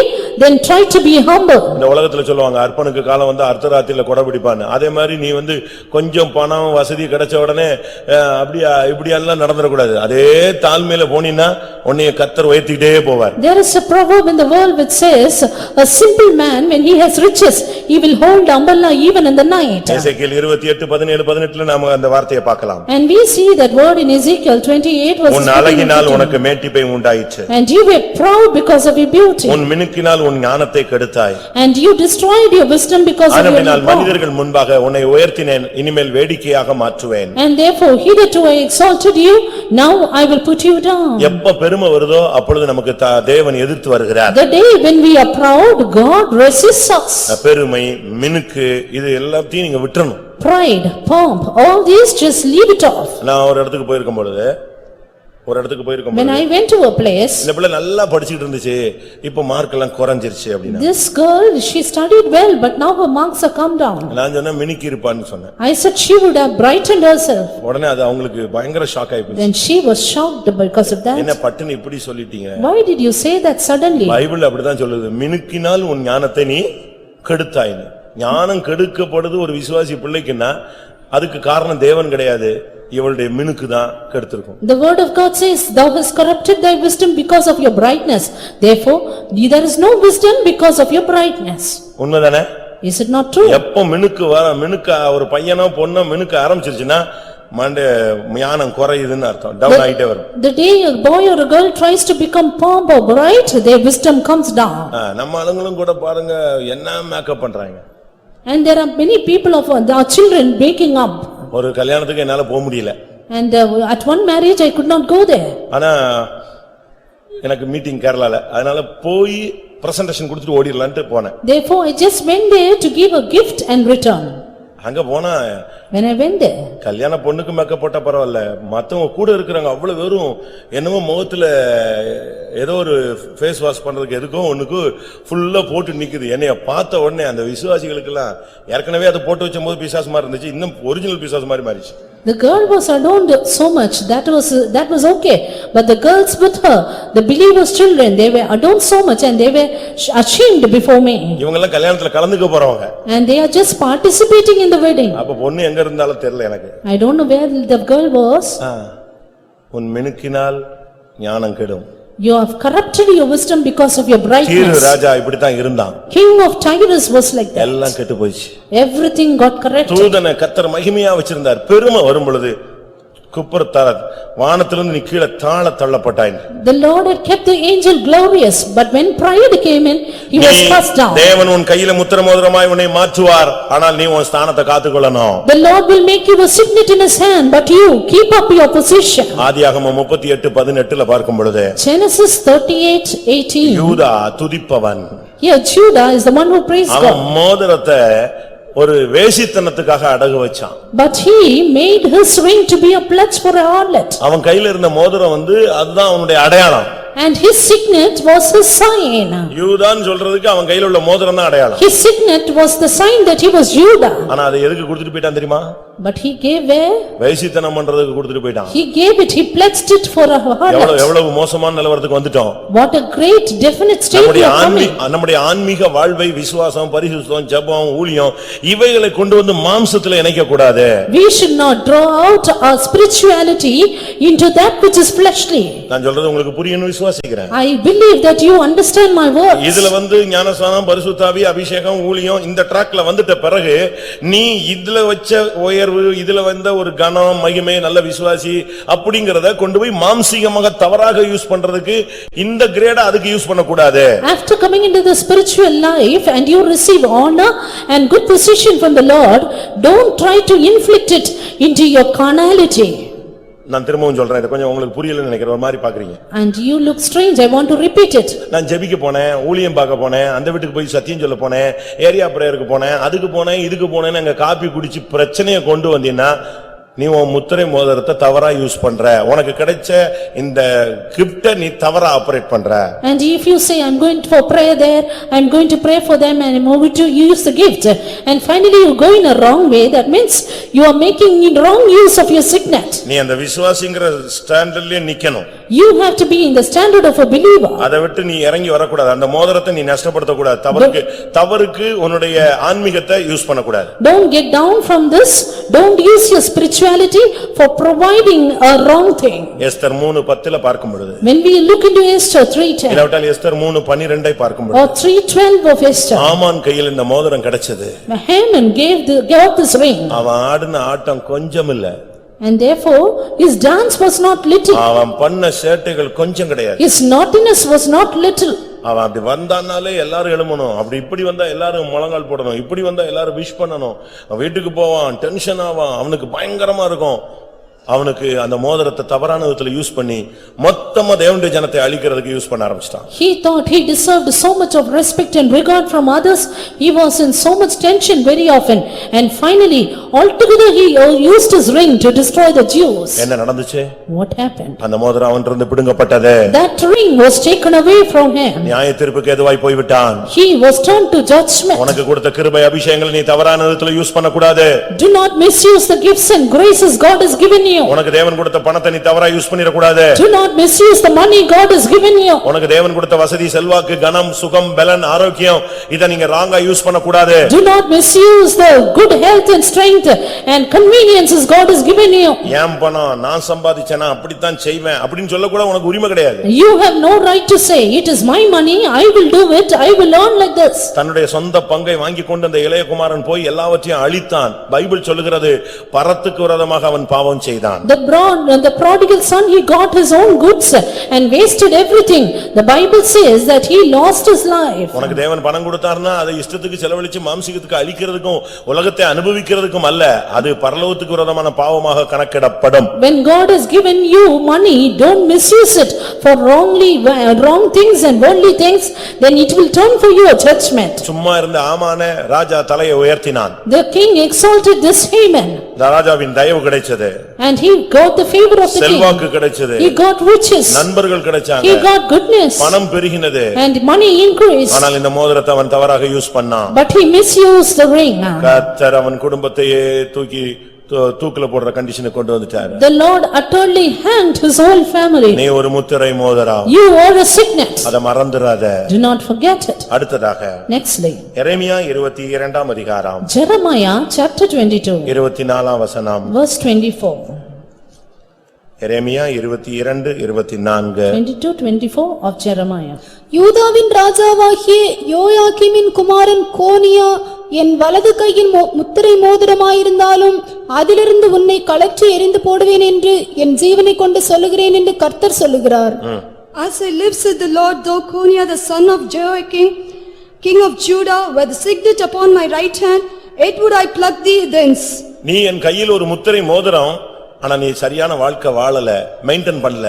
ஆனபினால என் கையில் இருந்து உன்னை வீசி எறிந்து விடுவேன் கர்த்தர் ஒரு ராஜாவை பத்தி சொல்றார். True, looking at the king, the Lord said, you are a signet in my right hand, but because you do not have a good life, you did not use it in a proper manner, I will pluck thee hence. நீ என் வலது கையின் முத்திரை மோதிரமாய் இருந்தாலும் அதிலிருந்து உன்னை கலட்டி தூக்கி எறிந்து விடுவேன். Even if you are a signet upon my right hand, I will pluck thee thence. ஏன்? Why?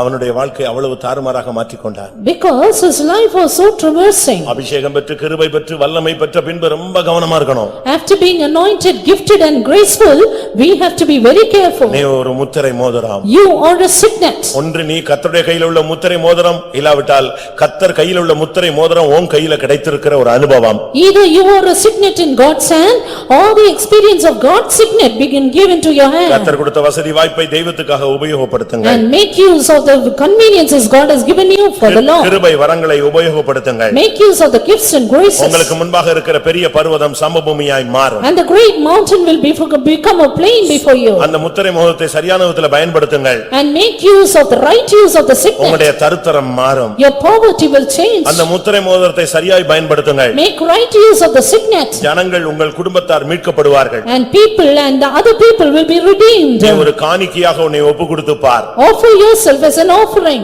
உன்னை தேவன் அங்கீகரிப்பார். And the Lord will accept you. அதை விட்டு இந்த அபிஷேகத்தை பெற்ற பின்பு நீ பெருமைக்குள்ளே இடம் கொடுத்தால், After receiving the anointing and gifts, if you give place இந்த to மார்க்கத்துல pride. வந்த பின்பு நீ வேசித்தனத்துக்கு இடம் கொடுத்தால், After coming into this path, if you give place to adultery. ஆண்டவர் கொடுத்த செல்வாக்கை நீ மற்றவர்களை அழிக்க நீ பயன்படுத்தினால், If you misuse the wealth God has given you to destroy others. தேவன் எதிர்பார்க்கிற அந்த மெய் ஜீவியம் உனக்குள் இல்லாவிட்டால் கர்த்தர் தூக்கி எறிவார். If you do not have the life which God expects, God will pluck you நீ ஒரு thence. விரும்பப்படாத பாத்திரமாய் மாறி போவாய். You will be a vessel without pleasure. நான் பாசிட்டிவ் நெகட்டிவ் ரெண்டையும் வச்சிருக்கிறேன். And I have two things before you.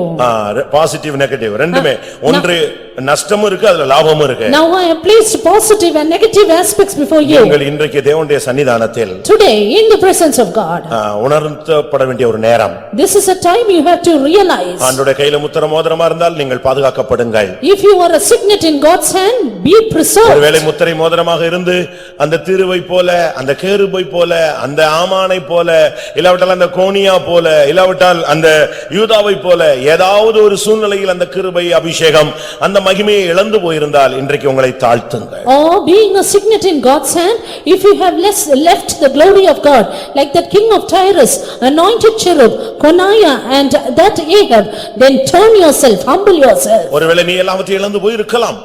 Maybe you have lost it.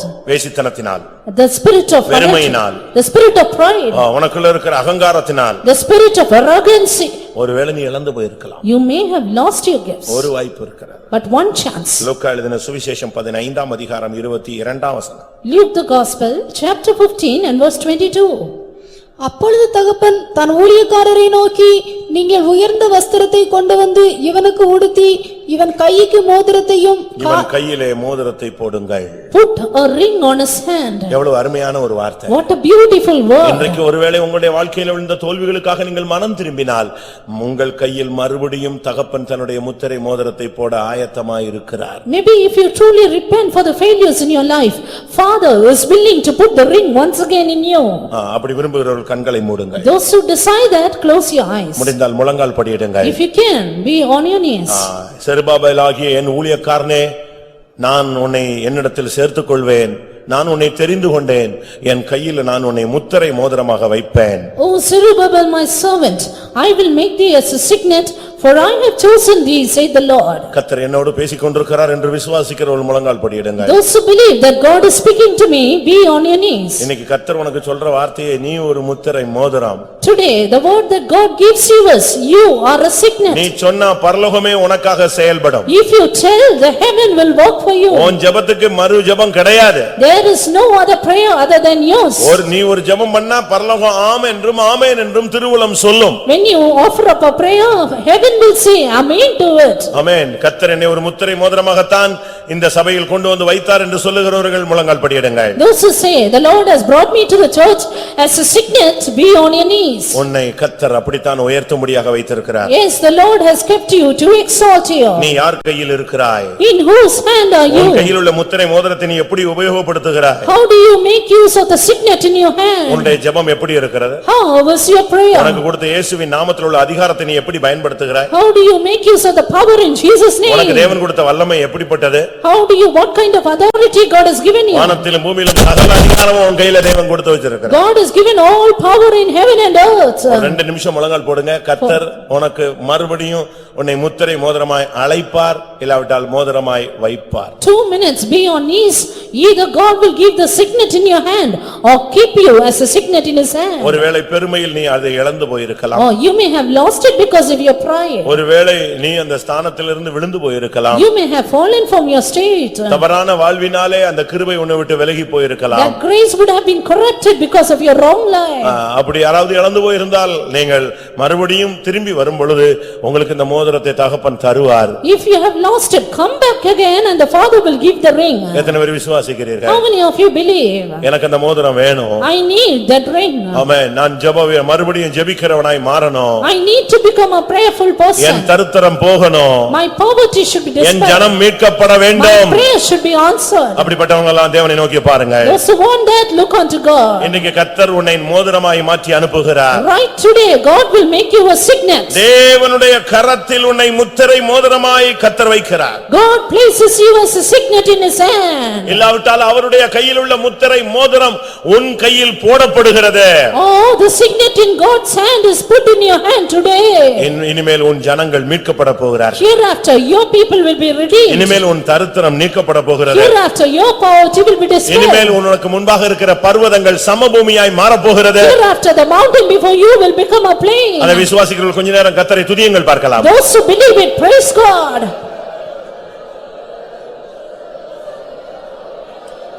நல்ல ஒரு ஜபாவி கொடுத்திருந்தார். உலகத்தை வெறுக்கும் ஒரு சிந்தை கொடுத்திருந்தார். நல்ல ஒரு விசுவாசம் கொடுத்திருந்தார். நல்ல ஒரு சமாதானம் கொடுத்திருந்தார். நல்ல ஒரு அபிஷேகம் கொடுத்திருந்தார். நல்ல தேவ சமூகத்தில் விழித்திருந்து மணிக்கணக்காய் போராடுகிற கிருபை தந்திருந்தார். தரிசனங்கள் கொடுத்திருந்தார். சொப்பனங்கள் கொடுத்திருந்தார். வாக்குத்தத்தம் கொடுத்திருந்தார். வெளிப்பாடுகள் கொடுத்திருந்தார். இப்படி பல அனுபவங்கள் ஒன்றல்ல ரெண்டல்ல ஒவ்வொரு நாளும் புது புது பாதையிலே என்னை நடத்தி கொண்டு வந்தார். அந்த அனுபவம் எனக்கு இருந்துச்சுன்னு சொல்றவங்க கை வைத்துங்க பார்க்கலாம். இவர்கள் தான் முத்திரை மோதிரங்கள். எத்தனை பேருக்கு இருந்தது? ஆமென். சரி, சூழ்நிலைகள் மத்தியில, அறியாமையில, புத்தியினத்துல, மதியினத்துல இதுல உள்ள சில அனுபவங்கள் எனக்கு நஷ்டப்பட்டது. அது என்னை விட்டு எடுக்கப்பட்டது போல உணர்கிறேன். அது என்னை விட்டு விலகி போனது போல உணர்கிறேன். இன்றைக்கு அதற்காக நான் ஏங்குகிறேன். எனக்கு அது இல்லாதது போல ஒரு உணர்வு இருக்கு அப்படின்னு சொல்றவங்க இப்ப கை வைத்தங்க. இந்த கை வைத்திருக்கீங்க பாருங்க. இதுதான் மறுபடி உனக்கு கர்த்தர் மோதிரத்தை போடுறதுக்கு உள்ள அடையாளம். உன்னுடைய நிலவரத்தை நீ உணரும் பொழுது ஓ கர்த்தர் மறுபடியும் உன்னை முத்திரை மோதிரமாய் போ உன்னை ஏற்படுத்துகிறார்.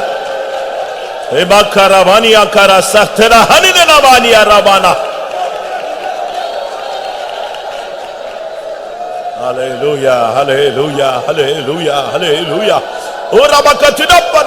முடிக்க போறோம். ஆனா அதுக்கு முன்னால நீ மனம் திரும்பினதுக்கு அடையாளமா அந்த இளையகுமாரன் வந்ததுக்கு அடையாளமே அவனுக்கு இரண்டாவது கிடைச்சது இந்த மோதிரம் தான். இந்த கூட்டத்துக்கு நீ வந்ததுடைய அடையாளமா கர்த்தர் உன் கையில மோதிரத்தை போடட்டுமே. அப்படி ஃபீல் பண்ணுங்க பார்க்கலாம். ஆமென். அவர் உன் கையில் போடுகிறது தன்னுடைய மோதிரத்தை உன் கையில் போடுவார். அப்படின்னா என்ன நடக்கும்? ஒரு நிமிஷம்.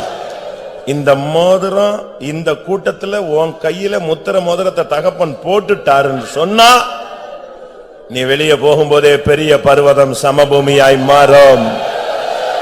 ஹல்லேலூயா. ஆமென். உன் ஜனம் மீட்கப்படும். ஹல்லேலூயா ஹல்லேலூயா. சத்துருக்கள் உன் முன்பாக தெண்டனிட்டு பணிவார்கள். உன் தரித்திரம் நீங்கி போய்விடும். கர்த்தர் உன் தலையை உயர்த்துவார்.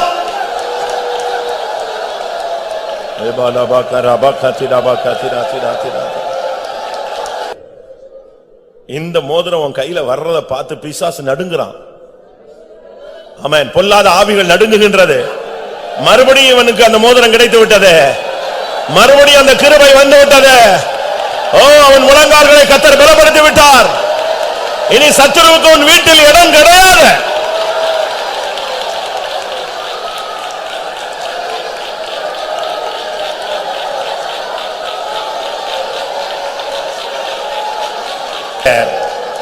ஹல்லேலூயா.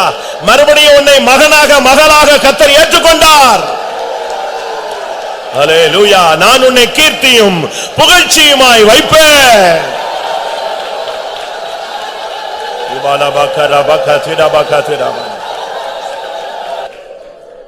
இளையகுமாரன் போகும் பொழுது எல்லாம் கொடுக்கப்பட்டது. ஆனா தகப்பன் மோதிரத்தை மட்டும் தான் கையில வச்சுட்டான். மூத்த குமாரன் வெளியே போயிருந்தான். அவங்க அந்த மோதிரத்தை கொடுக்கல. அந்த மோதிரம் அந்த இளைய குமாரனுக்காக வெயிட்டிங்ல இருந்தது. இந்த கூட்டத்துக்கு வந்திருக்கிற உனக்காகவே அந்த மோதிரத்தை கர்த்தர் தகப்பன் வைத்திருக்கிறார். அநேக நாட்களுக்கு பின்பாக நீ வந்திருக்கிறாய். ஓ, உன்னை மறுபடியும் கர்த்தர் நேசிக்கிறார். ஹல்லேலூயா, ஹல்லேலூயா. இன்னைக்கு கர்த்தர் உன்னை அபிஷேகிக்கிறார். உன்னை தேவன் மறுபடியும் அங்கீகரிக்கிறார். சத்திய வசனத்தால் ஜெனிப்பித்தனை புத்திரனாக்கி நீர் அபிஷேகத்தால்.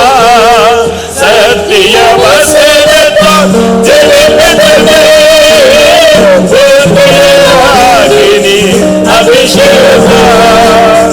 நித்திய தேவனே நான் பெறவே உத்தம பாதையில் வழி நடத்தும். இந்த மெசேஜ் முடிஞ்சு நீ வீட்டுக்கு போற, யாராவது உங்கள்ட்ட கேட்டா என்ன சொல்லுவீங்க? கூட்டத்துக்கு போனீங்களா, எப்படி இருந்துச்சுன்னு? நல்லா இருந்துச்சு, பாட்டு இருந்துச்சு, ஜெபம் இருந்துச்சு அப்படின்னு சொல்லுவீங்களா? இல்ல, இந்த கூட்டத்துக்கு போன பிறகுதான் எனக்கு புரிஞ்சுது நான் ஒரு முத்திரை மோதிரம். இல்ல, இந்த கூட்டத்துக்கு போன பிறகுதான் புரிஞ்சுது நான் தூரத்துல இருந்தேன், மறுபடியும் என்னை அணைத்து என் கையில் அந்த மோதிரத்தை போட்டு விட்டிருக்கிறார். ஹல்லேலூயா, ஹல்லேலூயா, ஹல்லேலூயா. ஆமென். எத்தனை பேருக்கு அந்த நம்பிக்கை? எத்தனை பேருக்கு அந்த விசுவாசம்? ஆமென். நீ ஜெபிக்கிறது கேட்கப்படும், நீ கேட்டுக்கொள்வது அருள் செய்யப்படும். ஆம், சத்திய வசனத்தினாலதான் நம்ம பிறப்பிச்சார். அந்த அபிஷேகம் கிடைச்ச பிறகு நம்முடைய பேர் பிள்ளைகள் அல்ல, யாரு? புத்திரர்கள், சுதந்திரவாளிகளாக மாறுகிறோம். சத்திய வசனத்தால் ஜெனிப்பித்தன்னை புத்திரனாக்கி நீர் அபிஷேகத்தால் நித்திய கீர்த்தியை நான் பெறவே உத்தம பாதையில் வழி நடத்தும். இன்னைக்கு கர்த்தருடைய நித்திய ஒரு முத்திரை மோதிரமா மாத்தி இருக்கிறார். ஆனா இனிமேல் உனக்கு கிடைக்க போறது நித்தியமான ஒரு கீர்த்தி. ஹல்லேலூயா.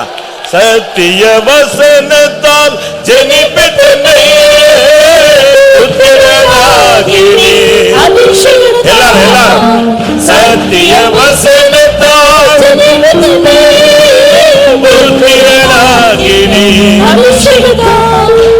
நித்திய கீர்த்தி நான் பெறவே உத்தம பாதை. நம்மை குறித்த தேவனுடைய திட்டத்தை அவர் நமக்கு வெளிப்படுத்தினபடினாலே ஸ்தோத்திரம் பண்ணுவோம். நாம் எப்படி செயல்பட வேண்டும், இந்த அதிகாரம், இந்த நாமத்தை கொண்டு நாம் எப்படி வாழ்வில் வாழ வேண்டும் என்பதை தேவன் நமக்கு போதித்தபடினாலே ஸ்தோத்திரம் பண்ணுவோம்.